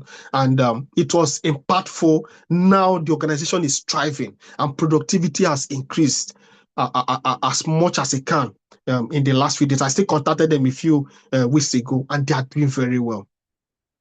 So redirect discussion to solution.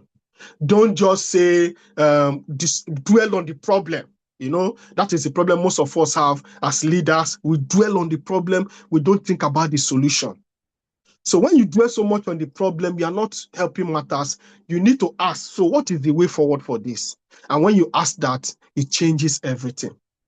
Learn to choose your battles wisely. You can see this little boy has no chance of beating this big guy. No chance. And of course, this is the way we fight our battles. We fight battles that are meant to be ignored. Spending so much energy on things that are not productive. Learn to conserve your energy. If as a leader, you don't know how to conserve your energy, you always be drained. So know what to attend to, know what to delegate to your staff. Okay, you can do this. I mustn't do everything. I did a certification program last year, basic stress management certificate course.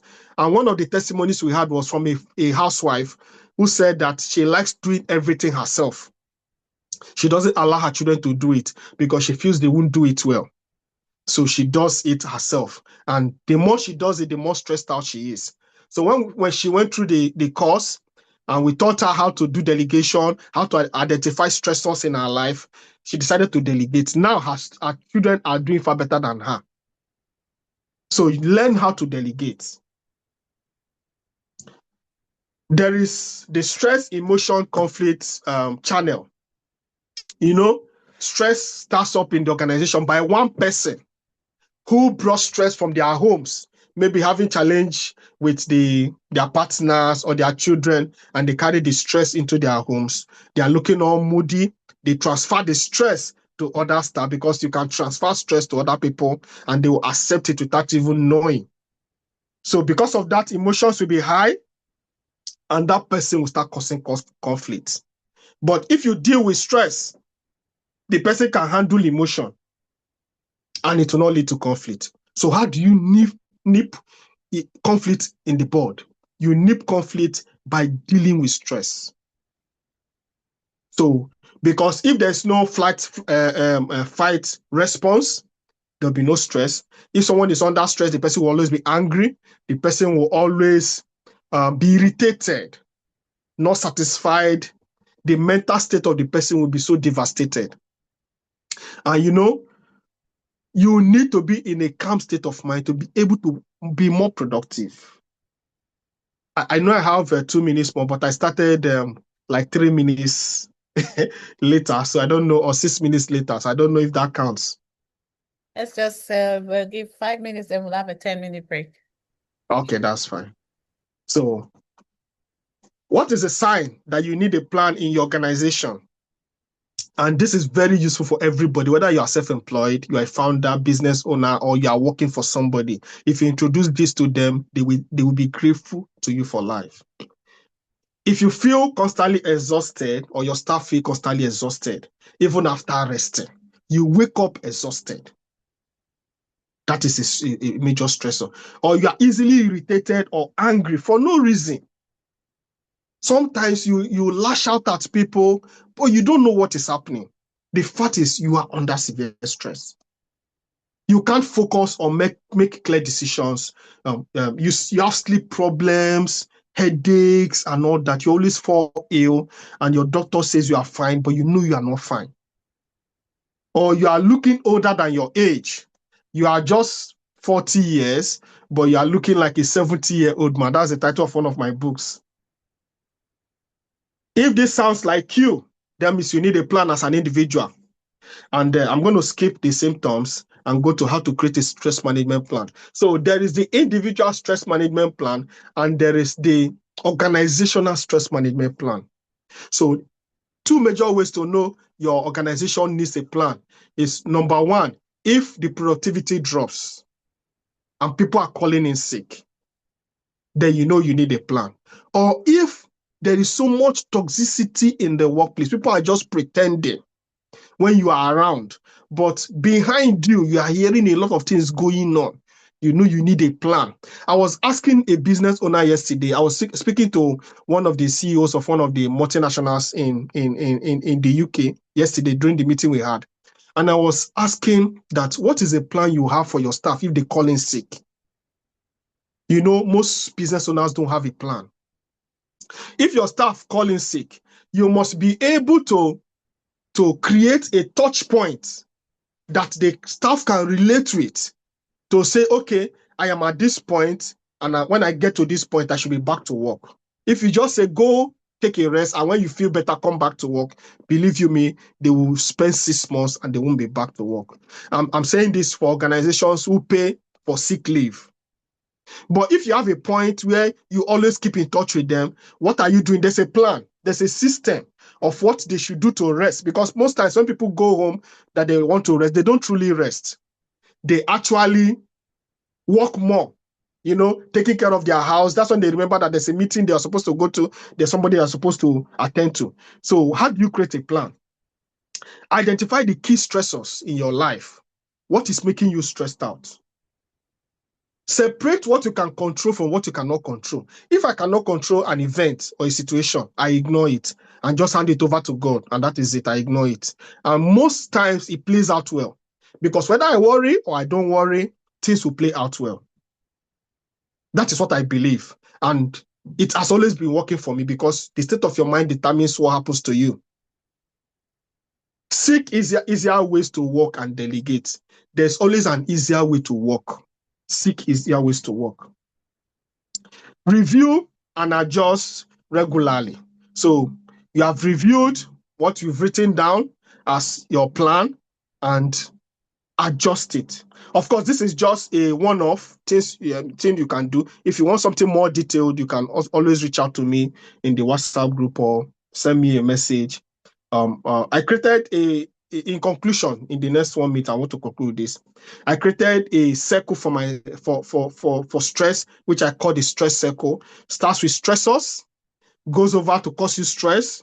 The stress, if it's not managed, which is control, goes to diseases. And from diseases, it can lead to death. And the death of the person causes stress for other members of the family. The circle continues. So there's no time to mention some of these things, but I'll just mention some fruits that you can eat and some of the things you can do. I discovered that chamomile tea does wonders in managing stress, especially the whole flower, not the combination chamomile tea that we have, which is everywhere and doesn't make sense. Chamomile tea makes a lot of difference in people's health. It actually helps you to relax. So you must look for the whole flower chamomile tea. It's sold in major supermarkets. I'm sure you'll be able to get it. I buy it here in H&B in the UK, and it's very effective.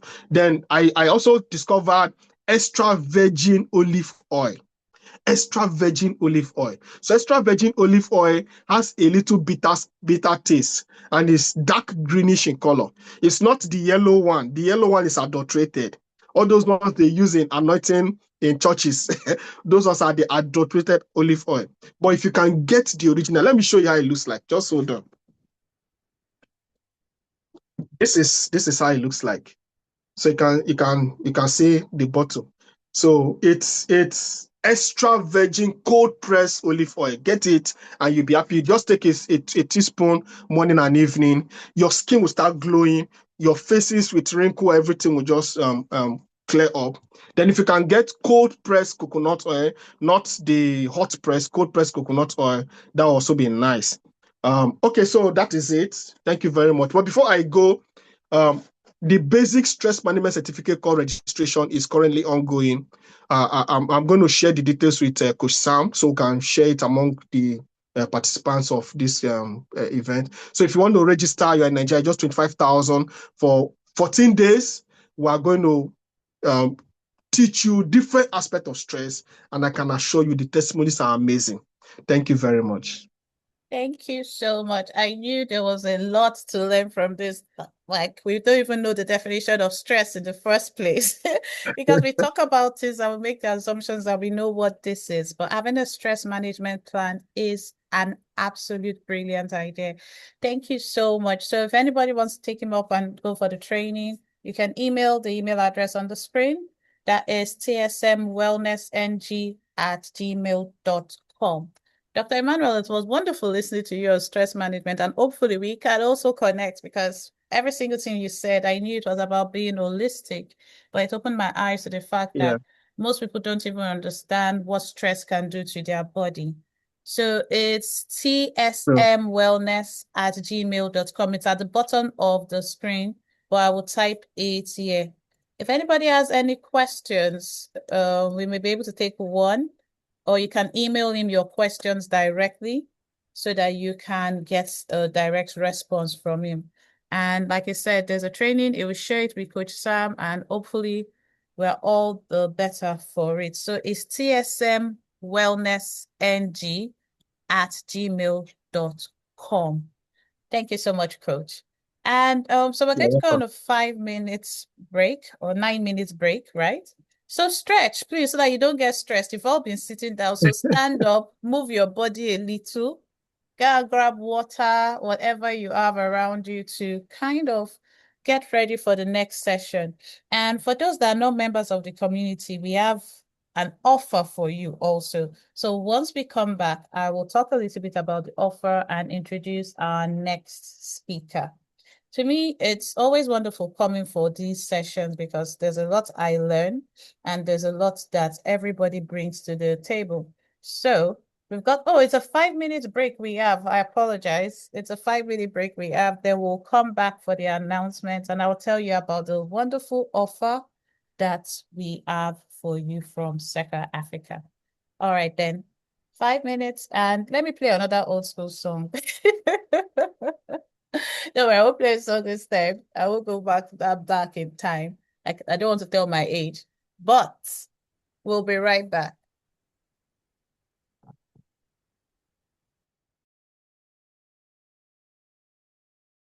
And for those that are just joining us are not part of the WhatsApp group, I heard someone say, no, we're not part of the WhatsApp group. We do have an amazing offer for you. And for me, one thing I talked about when I was talking about autonomy is having that support circle because you can't do this alone. So I'll tell you about the offer, but with the next speaker, if you're going to have slides, please let me know so you can do a test run and we don't take into your time once it's time for you to get started. So yeah, I have a slide. Okay, all right. Okay, yeah, cool. So definitely you can share your screen for us. All right, so what do we have for you from Seka Africa before the beautiful Chiamaka comes? Today's speaker is like we're all aligned. It's like people took an holistic approach towards picking everybody today. But I want to give you a personal invite to join OASP if you've not been part of the Octopus Speaking Pool. If you're looking for a community where you can grow and support others on their journey, because like I said, entrepreneurship is a very lonely exercise. We make decisions on our own. We want to be our bosses, but we need that support circle. So we're giving a discounted fee of 125,000 Naira. That's 30% offer for you to join Seka Africa. And if you want to join Seka Africa with this price, what I will say is someone in the team will put an email address or the way you got your invite, probably they'll send an email with something for you to join the community. And it's I will say it's a still take up this offer and let's see what you can do with it. I don't know if anyone else from Seka Africa is on the call. Do we get a link or do we get something for people that want to take up this discount? Because I think when we want to do something, we should, one, make that commitment and at least show that we are in it and we want to have a conversation. And you can reach out to any member of the team directly. Yes, OBK, you've unmuted. Okay, yes, the details will be in the comment section. So yeah, fantastic. The details will be in the comment section. So just click on the link, do what needs to be done. Did my laptop just go off? I think it did. No, it did not. My screen just went blank. I was scared for a second. That's me. Back. Famous. I hope I'm still connected. I am. Oh, welcome back. Technical issues. We always have technical issues. Are there benefits from joining OSP? Yes, there are benefits. I'm speaking as someone that has been part of the community. When we bring speakers and we host events like this. We are not just helping you own your skills, we're putting you in front of people that need the services that you're providing. In addition to that, you get an opportunity to share your ideas and validate what you do out there to get feedback from us. We do host events on, I think, Thursdays. I don't know if OBK will correct me as I'm speaking because there's a different time. So I was about to say the time, but I'm not sure what time. But take part of the community you're in. Do not just come in and mark register. We do want you to benefit from every single aspect of it. Ask questions when you need to ask questions. Connect with people. Take full advantage of the community that you are about to join. And if you have questions or need further clarity on what's in it for you, and if it's a good fit for you, I will say, yes, the details are there. Send a message on WhatsApp or send an email to services@secaafrica.com to grab this huge offer. Or the phone number is 0807 3610 For those outside Nigeria, that's +234 807 361 0884. It's in the chat, so you don't have to try and speed write it. If you think that, oh, you have a friend that wants to be part of this community and you just want them to be part of it, let them join with this discount. I think it's amazing that they take advantage of the discount. In addition, we've got something else for you, life, business, and executive coaches. Most of us fell into coaching. We didn't get any certification, right? And Seca Africa has created a certification course for you to bring your ideas in front of people in the right way and be certified to do what you do. And the date is, it's not just one day, it's Wednesday, 15th of April to Sunday, 19th of April, 2026. What you get is a couple of days, Wednesdays to Friday and Saturday is 9 a.m. to 4 p.m. and Sunday is 1 p.m. to 5 p.m. The details, I think the flyer will also be posted in the chat, or the details from this flyer that I'm sharing will be. But life, business, and executive coaching, if it's something you are interested in, call the same numbers, reach out. But the price is 500,000 naira for that specific order. So RSVP is the same number, 0807 361 0884. Why is this life coaching and business coaching certification important? Most times when people say they are life coaches, people are like, what's a life coach? Now you have a certificate to show that what you're doing is not just an hobby, it is actually something that transforms people's life and is quite impactful. And you can pay to the Seca Africa bank account if you're interested in this. OBK or someone will put the details for the life coaching and business and executive coaching certification. If you want more details on anything that I have announced, I will say reach out. Don't just make an assumption that this may not be for you. Reach out, have a conversation with us, take advantage of becoming a member of the community. And if you're someone that wants to go into coaching and get a certification, then I will say take advantage of it. OBK, did I miss any announcement? Yes, just one more. Okay. I'm trying to share my screen for that. Okay, so it's all on right. public speaking. It's a public speaking class. Oh, that's a good one. Yes. It should be coming up in March 14th. Just give me a minute. I'm trying to share my screen. Okay. So public speaking, I think most times when we have ideas and we can't articulate it, there is a problem because no one will listen to us. So this public speaking class is one that I will say that everybody should attend, even if you assume that you know what you are saying. Articulation is important. And when I saw the message of a public speaking class, I said, this is something that even seasoned speakers need. We all need an opportunity to learn how to articulate our thoughts. It's not just about what you say, but it's how you say it. So you're going to get learn to craft impactful speeches, even elevator speeches is that when you meet someone and the person says, "What do?" You're not just blabbing, you're able to articulate it wonderfully. Master the art of storytelling. You have an amazing product, but you just don't know how to connect with people. Use storytelling effectively to connect with your audience and get them to buy into what you say. Body language, that is something that is very important. It's not just speaking in a flat tone, but how to play with your voice, your vocal techniques that you use when you are presenting your idea. And every speaker is nervous before they start. So how do you control your nerves and anxiety and still present your idea in such a brilliant way? And how to be engaging and persuading with your audience. It's on Saturday, the 14th of March, so 2 weeks' time. The price is 35,000 naira. And I believe that it's something that will be impactful for every single person.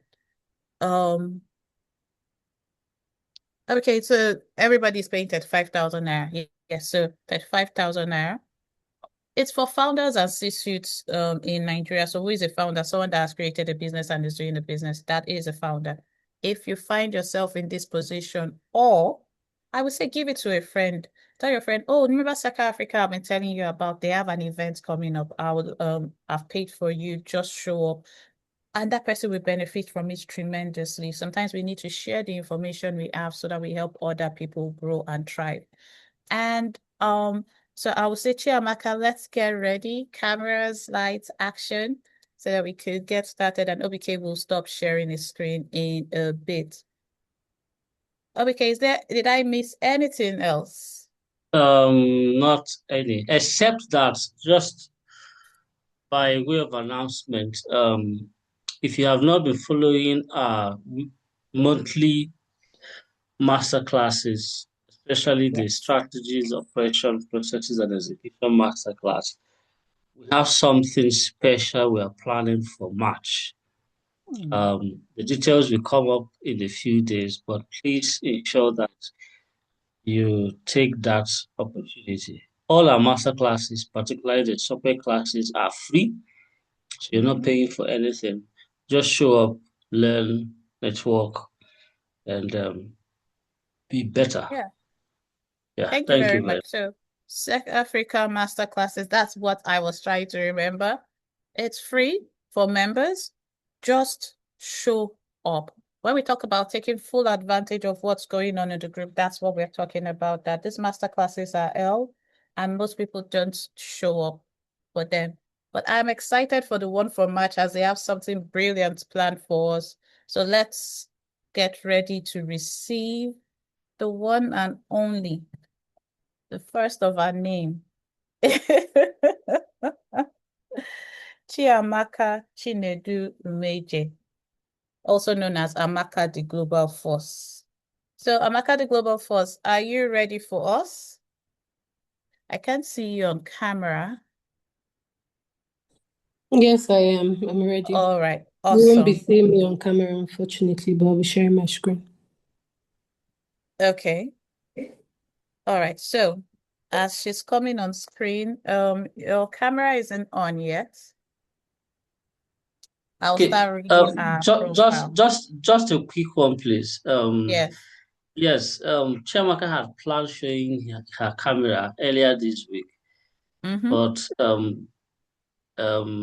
I think it was Okay. later part of the week. Something happened and she got in an accident.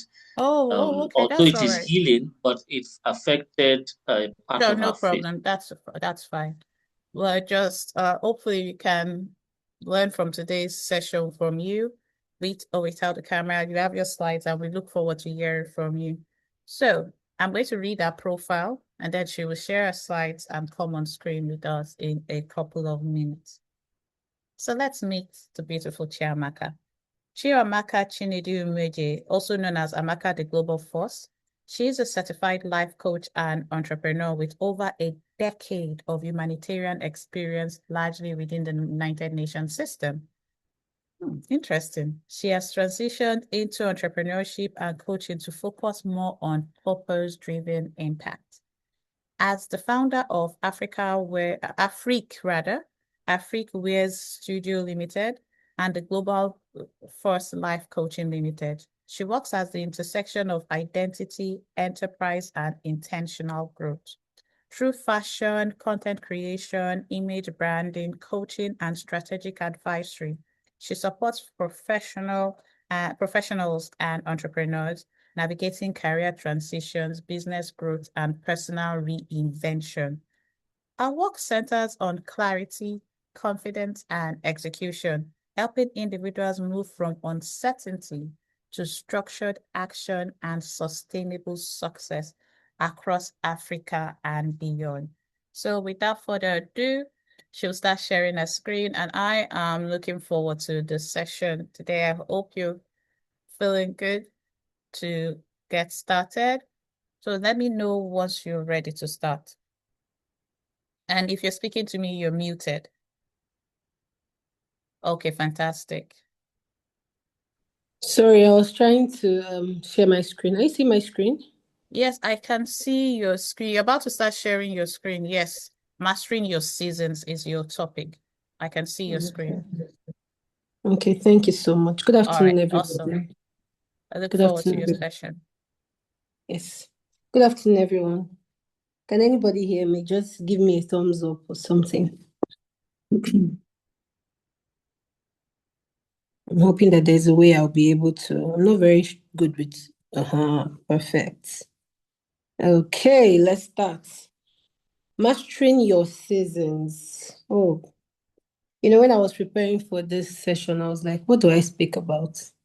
The key area of my focus when I coach is Sorry, we clarity. can hear you, but your voice is not really loud since we're Oh my God, recording. I hope it's not.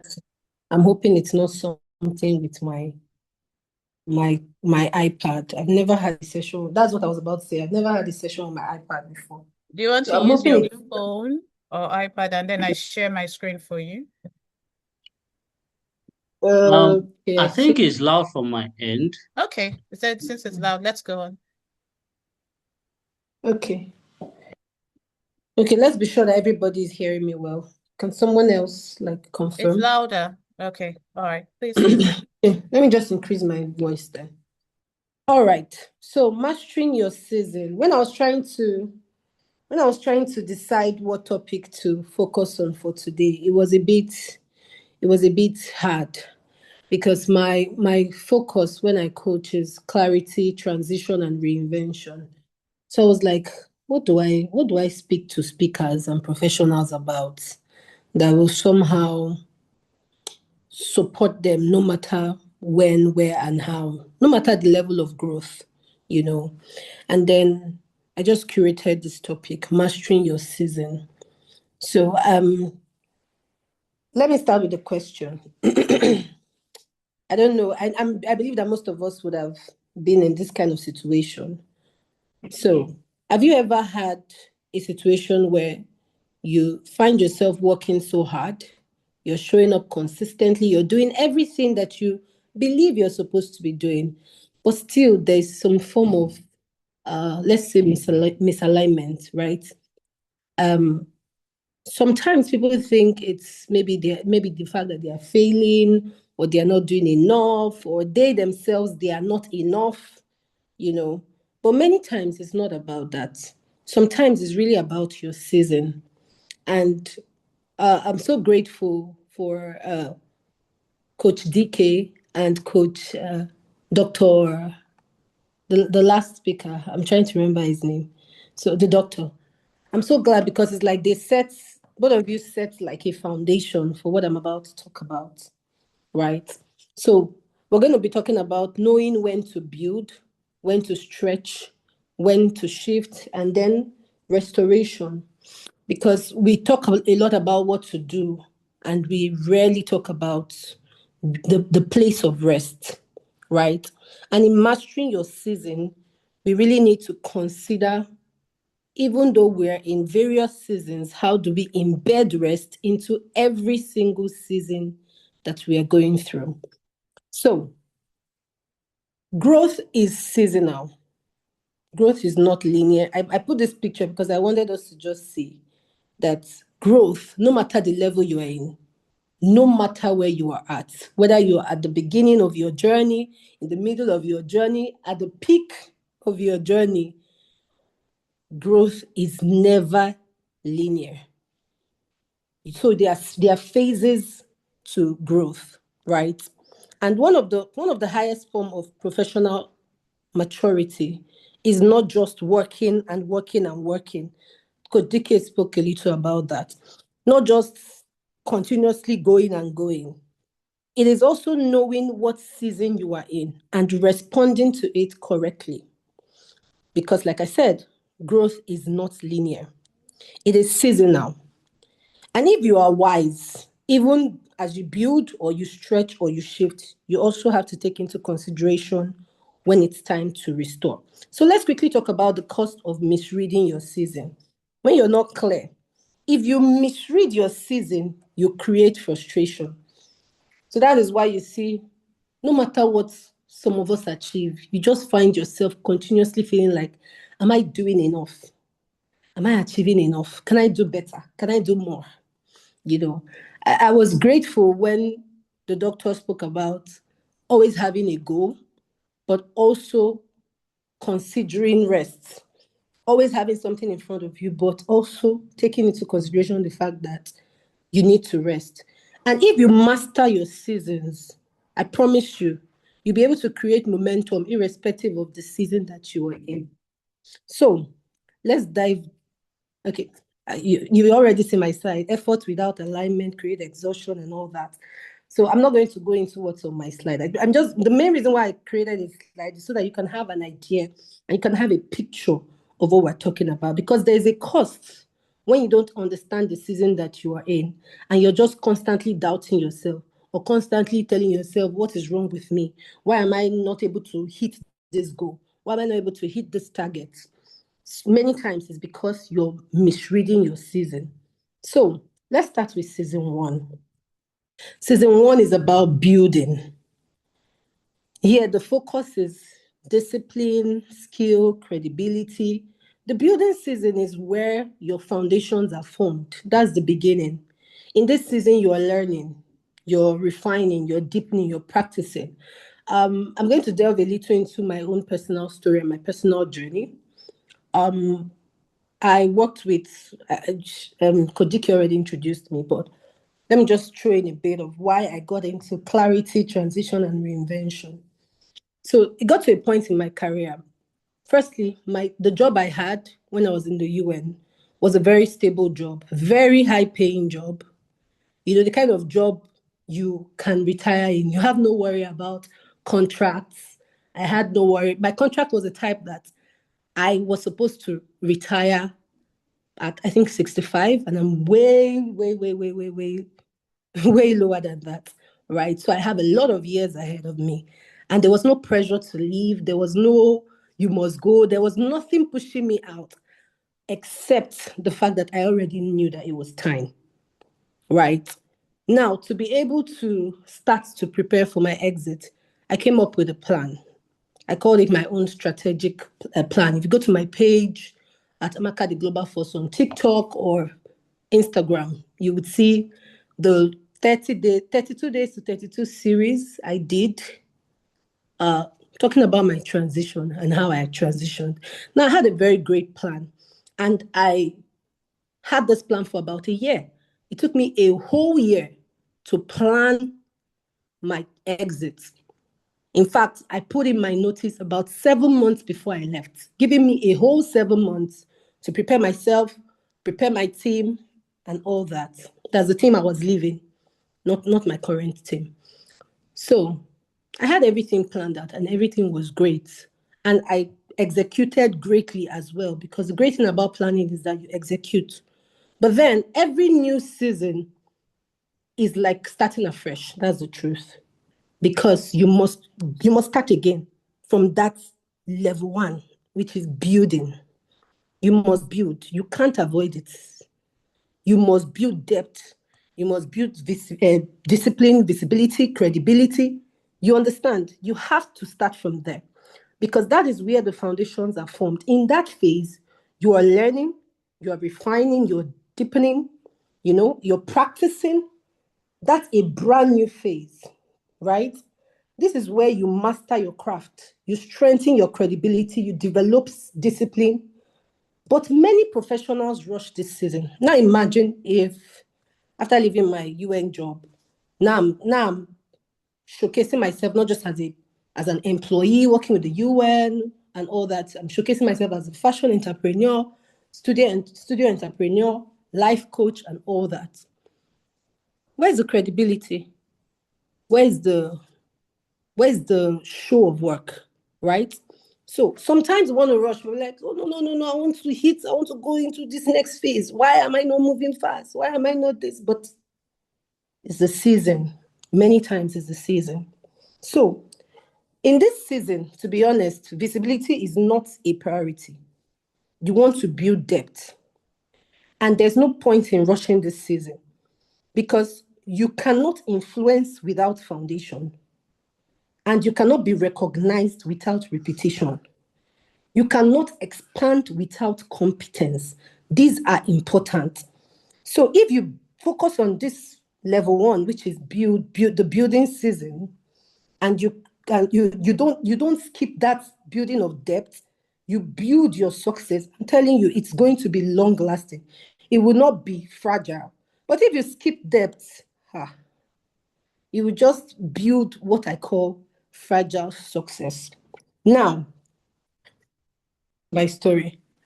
Another thing happened to me because I switched, seasons. No, not even seasons. I won't even call it seasons because what I switched was actually phases. I had that phase where I was an employee, UN staff, stable income, and all that. In this phase, the stable income is not it's not like every month is, and things like that. It's not as stable as it used to be. You understand? So there are many changes. So it's a completely different phase, which starts with its own season. But I made a mistake at the beginning. I did not take into consideration rest. Because many times we're so quick to, what's the next thing? What's the next thing? What's the next thing? Without considering rest. And it had many impacts, one of which was the accident. It was when the accident happened, I was like, what? How could I not see something that was right in front of me? Like, right in front of me. And it was simple, rest. So each phase, sometimes we think that, I'll talk about restoration at the end of all the seasons. So, but sometimes we always want to keep rest for later. We don't understand that even in each season, you must make room for rest. That's why I put these pictures. These are 3 different people working at work. There's this lady on the left sitting by a truck. There's this guy trying to do something. And then there's this construction worker trying to work. Right in the middle of work, they need rest. And that is why if you're working at a job, there's a break time. The point of the break time is that even at work, every single day, you need rest.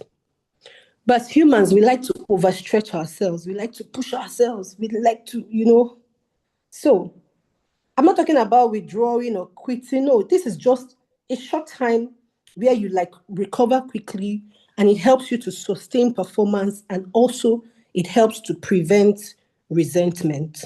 So if you're in a building season, the question is not how fast can I grow? No, the question is how strong can I become? Think about it like a tree.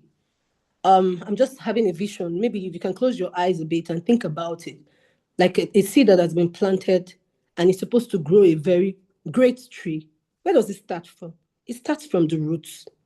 So that build season is where you build roots, is where you build your solid foundation to be able to get into the next season, which is the stretching season. So season 2, which is level 2, is stretch. Here you're talking about expansion, you're talking about exposure, you're talking about capacity, entering larger rooms. This is where something shifts internally. You feel capable of more. You know that I have built enough momentum. I have a solid foundation. I can, stretch. That's this picture of this lady stretching. You can go up a bit, you understand? Your current level starts to feel predictable. It becomes like a kind of routine. It feels limited. You feel like this thing you're doing is too small for your capacity. And then that's where you start to stretch. That's where you start to expand. That's where you start to increase visibility, take on larger responsibilities, raise your standards. But stretch seasons, like any other season, are also very uncomfortable because expansion exposes insecurities. You are no longer hidden. You're no longer in that foundation stage where you're under the ground, like the example of the seed I'm talking about. The seed is under the ground, nobody sees it. It's growing strong roots, nobody's seeing it. But when it starts to stretch out from under that ground, it starts producing those stems, those parts of the tree that you can now see outside of the ground, you know. And it requires courage because now you're coming out from under the ground and you're showing your face, you're attending seminars, you're attending webinars, you're attending trainings, you're meeting people, you know. Some people confuse expansion with acceleration. That's a mistake that many high capacity, high performing professionals make. They expand activity without protecting the foundation, right? And many times the mistake also comes in the area of rest. Rest in stretch season is recalibration. It equals recalibration. Here you're pausing to check, am I aligned? Yes, I'm taking my breaks, but in addition, am I still in tune with the mission and the vision of this new phase? Am I doing what I'm supposed to be doing? I hope I'm not going to the wrong meetings, entering the wrong rooms, wasting time that could be spent on, being in alignment, you know. Here you pause to ask, am I aligned? Am I expanding my capacity or I'm just increasing my workload? You ask questions like, am I really stretching strategically? Because stretching without alignment also leads to burnout. Because you find yourself, you're getting into so many rooms, you're entering different meetings, you're joining several groups, you're thinking that you're stretching, but sometimes you may not be. It requires strategy. It requires, that's always going back to recenter yourself. When you're resting, you're not just, yes, you're resting, but you're also thinking, you're also asking yourself questions. You're also taking breaks to, be sure, am I on track? There's a huge difference. So let's go into the third season. And this is going to be the final season I'll be talking about. This is the shift season. Here you are realigning your identity. This one is quite subtle. In this season, you may not even be in a crisis, but you still feel like something needs to shift. In this season, you've probably outgrown a role. That's like usually the peak. Once you've passed expansion and you've grown and grown and grown, there just comes a time where you just know that it's time to shift. I'm done with this phase. That was where I was before I left the UN. I knew it. Everybody knew it. In fact, people saw it before I saw it. People saw it way before I saw it. In fact, one of my colleagues, it was at my Senford, that she told me, Maka, I've always wondered what you are doing here. You are just wasting your time here. And even she didn't mean it as an insult. She was just being really realistic with me. Like, yes, you're making money, but this is nowhere near what you are supposed to be doing at all. Sitting on a desk, pressing computer from morning to night. No, it's a waste of what God has put on the inside of you. And thankfully, by the time she was saying it, I had already started getting the feelers. So I just needed to just go back and keep on doing the inner work until I got the courage to make the move. And I started making my move. That's the shift season. Something you just know that you have outgrown an environment, you have outgrown an identity, you have outgrown this phase, and we all go through this phase. No matter where you think, sometimes you think, oh, I'm going to do this thing, this new one I've entered, I'm going to do it for the rest of my life. Nothing can take me out of here. Don't be surprised. You may eventually find yourself in a shift season and just know that I'm done here. It's not that I don't like people around here. It's not that I'm not enjoying my work. Everything is going great, but I know it is time for reinvention. Stability no longer feels fulfilling in this season. And it is not failure, it is actually evolution. Shift seasons require reinvention. And I'm not one to talk about impulsive quitting or emotional exits. Don't try it. Don't even think about it. If you want to understand more about it, you can check my page, find my courses. I have courses on all this. Here we're talking about strategic realignment, where you plan yourself. It took me a whole year to leave my UN job. It took me 7 months after letting my office know that I was ready to leave. I don't think there are many people in this world that give their office 7 months notice. I don't think so. So that's to tell you how strategic it is. It was, and it should be. So here you examine, who am I becoming? What no longer fits? What needs to be released? And here, rest looks completely different. Here, rest is about clarity. You need that quiet before commitment. You need to know what next. The question you're asking me is, what version of me is emerging from this season? One of the biggest mistakes high capacity people make is moving from transition straight into execution. That was one of the mistakes I made. Even though I planned my exit, I just didn't embed rest. I thought about it.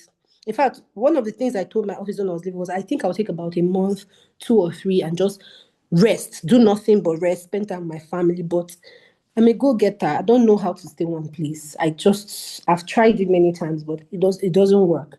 So now I have to intentionally tell myself, you must take this rest. It's not about your feelings or your strength. It's about the fact that you know your brain needs it, your body needs it, and you must take it. So they shift and immediately start to accelerate.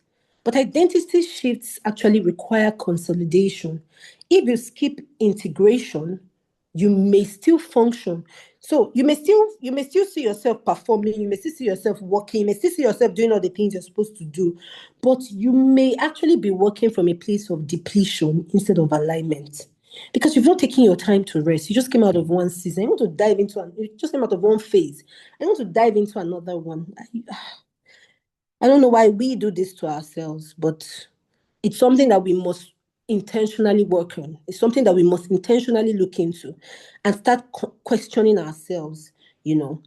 And I'm going to wrap up with the restorative season, because this season, sometimes it is even forced.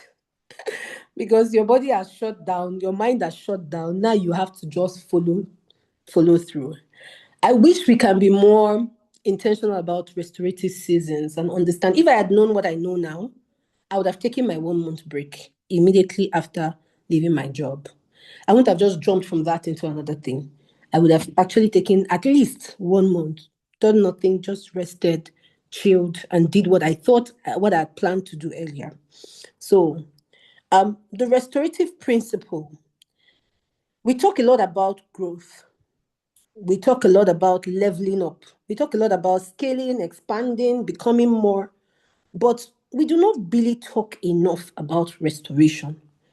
And what we don't institutionalize, we eventually pay for. Rest is not the opposite of growth. It is the regulator of growth. Maybe I should repeat that. Rest is not the opposite of growth. Because sometimes we think, when I'm resting, I'm not doing anything. Maybe let's use the example of Jesus. That just shows that God is way wiser than us. As God is God, with how big He is, after on the 7th day He rested. We cannot be wiser than God. There was nowhere in the Bible recorded that God was tired after the 6 days. But yet He knew He needed to take a day. So, rest is the regulator of growth. Biologically, our muscles grow during recovery. Neurologically, learning consolidates during rest. Emotionally, integration happens in stillness, and clarity actually sharpens in quiet. So without restoration, how do we really expand? How do we really move into the next phase? Rest is not laziness. And many times it is the most mature move we can make. And there is a huge difference between rest and retreat. So we need to understand, what exactly do we want? Do we want to rest? Is it time to rest? Or is it time to retreat? So I'm going to quickly dive into rest versus retreat. Before that, let me just read this. Rest restores strength and retreat avoids discomfort. Just see this picture. I was looking for a picture that really tells what really happens when we rest. You let go of the stress, let go of the burden, and your body relaxes. And then you can be able to achieve more in the next phase. So let's talk about rest versus retreat quickly. Rest has intentions and boundaries. Rest prepares you for growth. Retreat, however, delays decisions. Retreat prolongs stagnation. So you need to actually know when to rest, when to retreat, how to rest, how long you are resting and how long you are retreating. Rest restores strength. Rest has intention. Rest has boundaries. And do you know that there's some people that retreat without rest? So it's not just about saying, I want to retreat. Are you resting even as you retreat? Retreating is taking a step back from everything. So in your retreat, you must rest. And this is why rest is the priority and not just retreating. Some people will say, oh, I'm going on a vacation. In fact, now sometimes when I really need rest, I don't go on vacation. Because sometimes vacation is stress.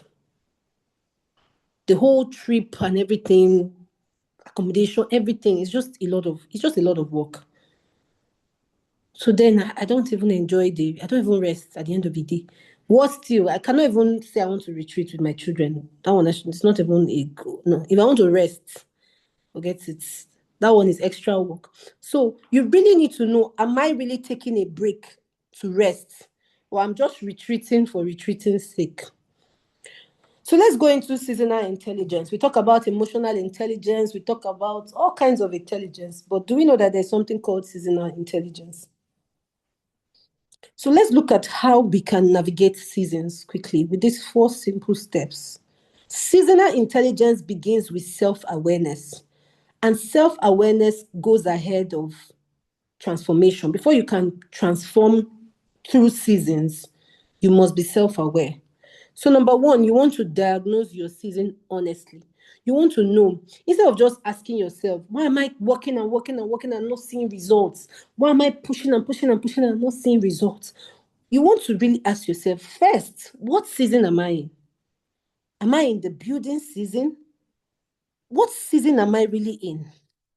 So you want to know which season you are in so that you can be able to tell what you are supposed to be doing in that season. Because you don't want to be doing what you should be doing in the second season, in the first season. You don't want to be stretching when you're supposed to be building. You don't want to be building when you're supposed to be stretching. So diagnose your season honestly, respond to it correctly, apply the right type of rest for that season. And then number 4, move when the season shifts. Move. Don't even waste time. If you know that it's time to rest, to go for your restoration and rest, take that rest. If you know it's time to expand. If you know it's time to shift, please don't even hesitate. Pray about it, prepare for it, but get ready to shift. And come back. So, final reflection. Which season are you in? Which season are you in? Before you ask yourself, why am I doing all the things I need to do and I'm not getting results? Sorry, please give me a moment. Bella, please close the door. So when you're asking yourself, why am I doing all the things I need to do? I'm supposed to be doing, and I'm not seeing results. You want to first ask yourself, what season are you in? Are you rushing? Are you resisting? Are you hiding? Take your time to think about this.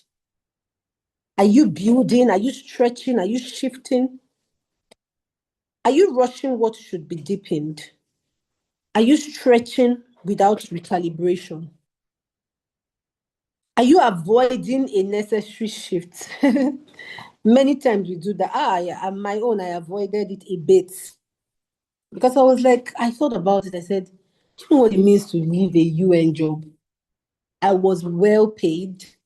The job was stable. I was traveling about. There's a future for me. I have nothing to worry about in terms of career. I was okay. But I knew that it was time to shift. And I'm glad. Looking back, I am so glad I moved when it was time to move. So, final charge. The power is not in the season itself. The power is not in the season itself. The power is in how you steward it. Don't rush your season. When it's time to build, it is time to reshapen your strength. Do not fear any of your seasons. Do not rush any of your seasons. Do not resist any of your season. And do not misread any of your season. The power is not only in the season itself, but it's most importantly in how you steward it. So please master your seasons and you'll stop fighting your growth and start aligning in it. Thank you very much. Thank you so much, Coach. Master your season. That is so, it's like all the conversations today connected. I love when you spoke about understanding your season because we are in different seasons in our lives and everybody needs to do it intentionally. Like you said, if you don't know the season you are in, how do you know what to do? You're just surviving day to day, moving from one day to the other without really understanding that certain decisions you're making is because you are not working with the season that you are in. There are some seasons that you're meant to be building, but you're in a rush to go out. And rest is important because some people, when they take time off, they are not even able to rest. You have to learn how to rest. So thank you so much. If anybody wants to get in touch with you, how can they get in touch with you, Chiamaka? Would you put details in the chat for us to get in touch with you? Okay, I'll put my details. I had it on the last slide, but I'll just copy it. Yes. Thank Yes, you very much. just put it in the chat. I think it's wonderful to hear from people that have worked in the career world and said, you know what, I want to build intentionally. And although you said it took 7 months to leave the work, you wish you had taken a month off. I like the reflective part of your session, and I do look forward to connecting with you and learning more. But it's been an amazing time. Let's open the floor up for questions, feedback, questions, encourager. Let us know in the chat one thing you took away from this session if you don't have questions, so that we can so someone said very insightful session 100. Amazing feedback from that. And I couldn't agree more. That's just the reality of it. It was a very insightful session. Well, yes. So the email address is theglobalforce.coach@gmail.com, or you could just follow at Amaka the Global Force. So let's even all follow her on social media right now, Seth. So at least we can support each other. Let's all follow Amaka the Global Force. And the phone number is +234 806 1726 153. +234 806 1726 153. OBK, is there any other announcement after this? I know you said something about a cocktail. I'm excited to find out more details about that.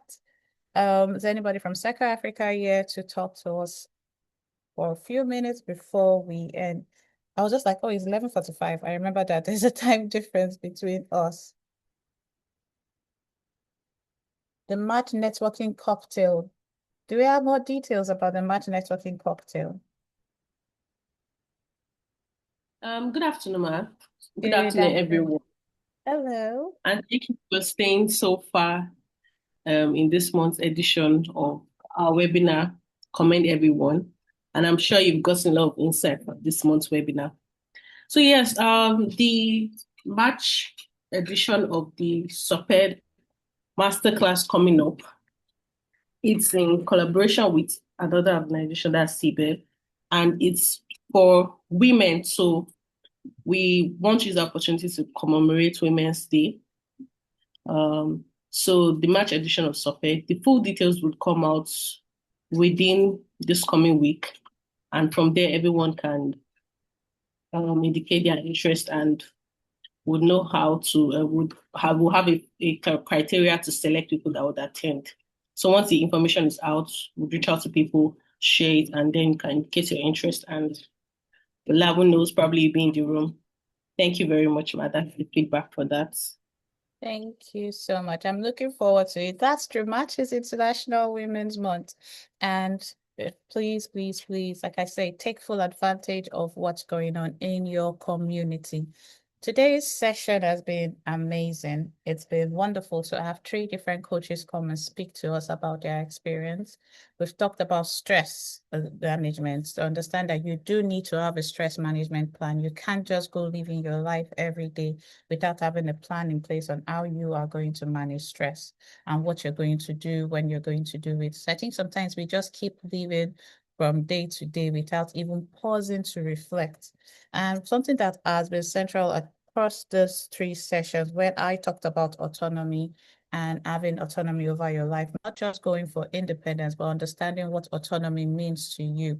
I talked about the pillars of autonomy and why I believe that everyone can use the autonomous code to achieve that level of success that they've defined for themselves, not just what the world has defined as success. And I still offered the discovery call. So if you've sent an email to dk@dkjonah.com, you will, I will respond and within the next 24 hours and get you a session for February. Okay, for March, sorry, because today is the last day of February. Pardon. Next, we have the coach, Dr. that talked about stress management. What did you learn about stress management today? Let someone even just tell me in the chat, what's one thing you're taking away from today's session? Whether it's on stress management, whether it's on autonomy, or whether it's on understanding your season. One thing you've taken away from the in the chat. But I will say this, I even learned a lot from myself as I was speaking and also from the other coaches. One thing we've said is that is common is you need to take an holistic approach towards your life. You have to understand that your life is in seasons and understand the season that you are in. You need to have a personal development plan and create your personal curriculum. And one chapter of your curriculum should be on stress management, how you as an individual manage stress, not how every other person manages it, but how you manage it. It is important for you to understand that your management of stress will determine how you thrive in the future. We gave an example of a lady, and when I saw that chat of that lady and how she said she worked 7 days and all of a sudden she just wanted to take a break for 3 days. Most times we do not plan our rest. We just keep going. We say, oh, I need money. You don't understand. When you're there, you will understand. We keep giving excuses for the reason we walk the way we walk, rather than understanding that every single action or inaction could lead us away from achieving what we are supposed to achieve. And I believe that this session on stress management and understanding your season will help you to become the best version of yourself.